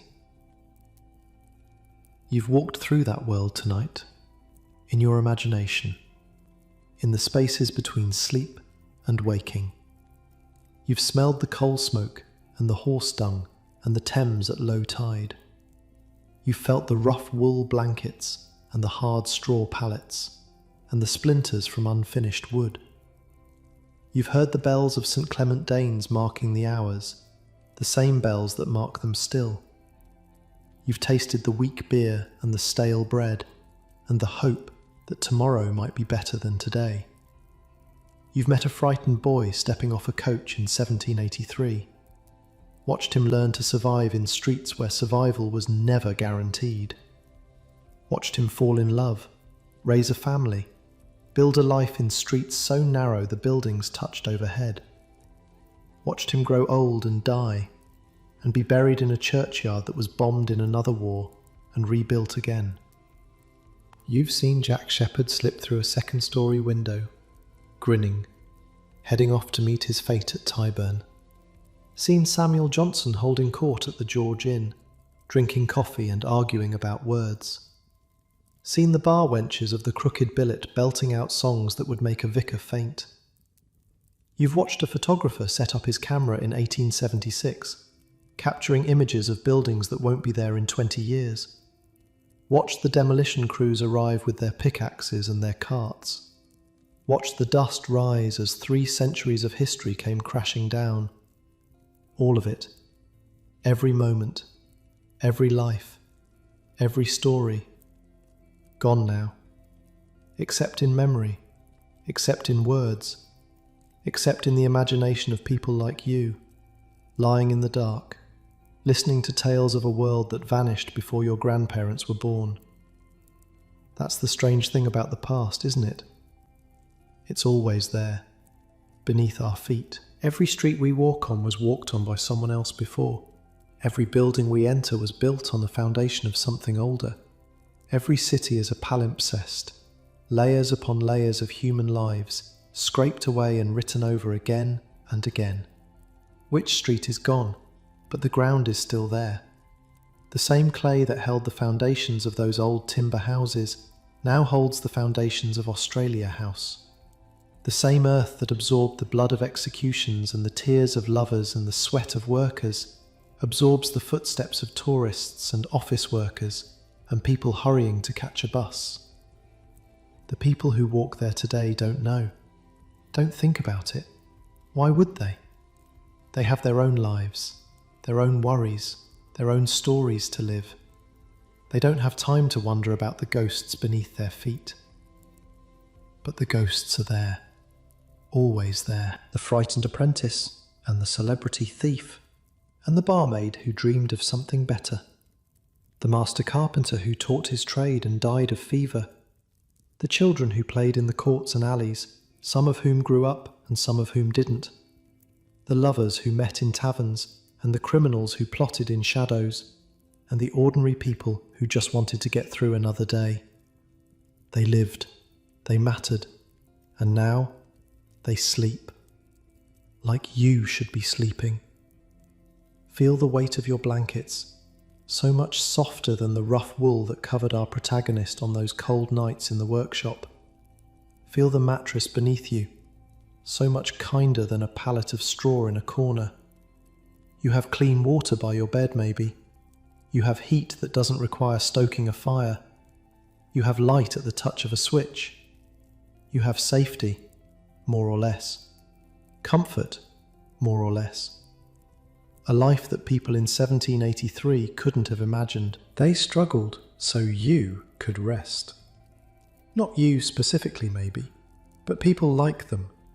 Generations of people who worked and suffered and survived, building the world that you inherited, laying the foundations, even as those foundations were demolished and replaced and built over again. You owe them something. Not much, just a moment of remembrance, just an acknowledgement that they were here, that they lived, that their lives, however brief, however hard, however forgotten, mattered. You've given them that tonight, by listening, by imagining, by letting their stories into your dreams. That's enough. That's more than most people do. Now, let go. Let the images fade. The leaning buildings and the narrow streets, the crescent moon sign and the rising sun tavern, the fog and the filth and the fear and the hope. Let it all sink into the darkness where dreams live and memories rest. Wych Street has been gone for more than a century. The people who lived there are gone even longer, but stories have a strange kind of permanence. They survive when buildings fall, they outlast empires. They travel across oceans and down through generations, changing shape but never quite disappearing. Somewhere, right now, someone else is lying in the dark, thinking about the past, about the lives that came before, about the streets that were demolished and the people who were displaced, and the worlds that were lost in the name of progress. Maybe they're thinking about Wych Street. Maybe they're thinking about some other vanished place. It doesn't matter. What matters is the thinking, the remembering, the refusal to let the dead be entirely forgotten. That's what stories do. That's why we tell them.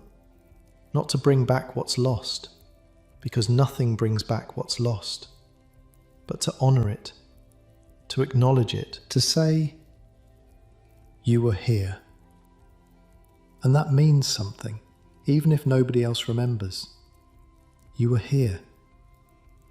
Our frightened apprentice was here. Mary was here. Elizabeth and her children, and her grandchildren, were here. Jack Sheppard was here, grinning his way to the gallows.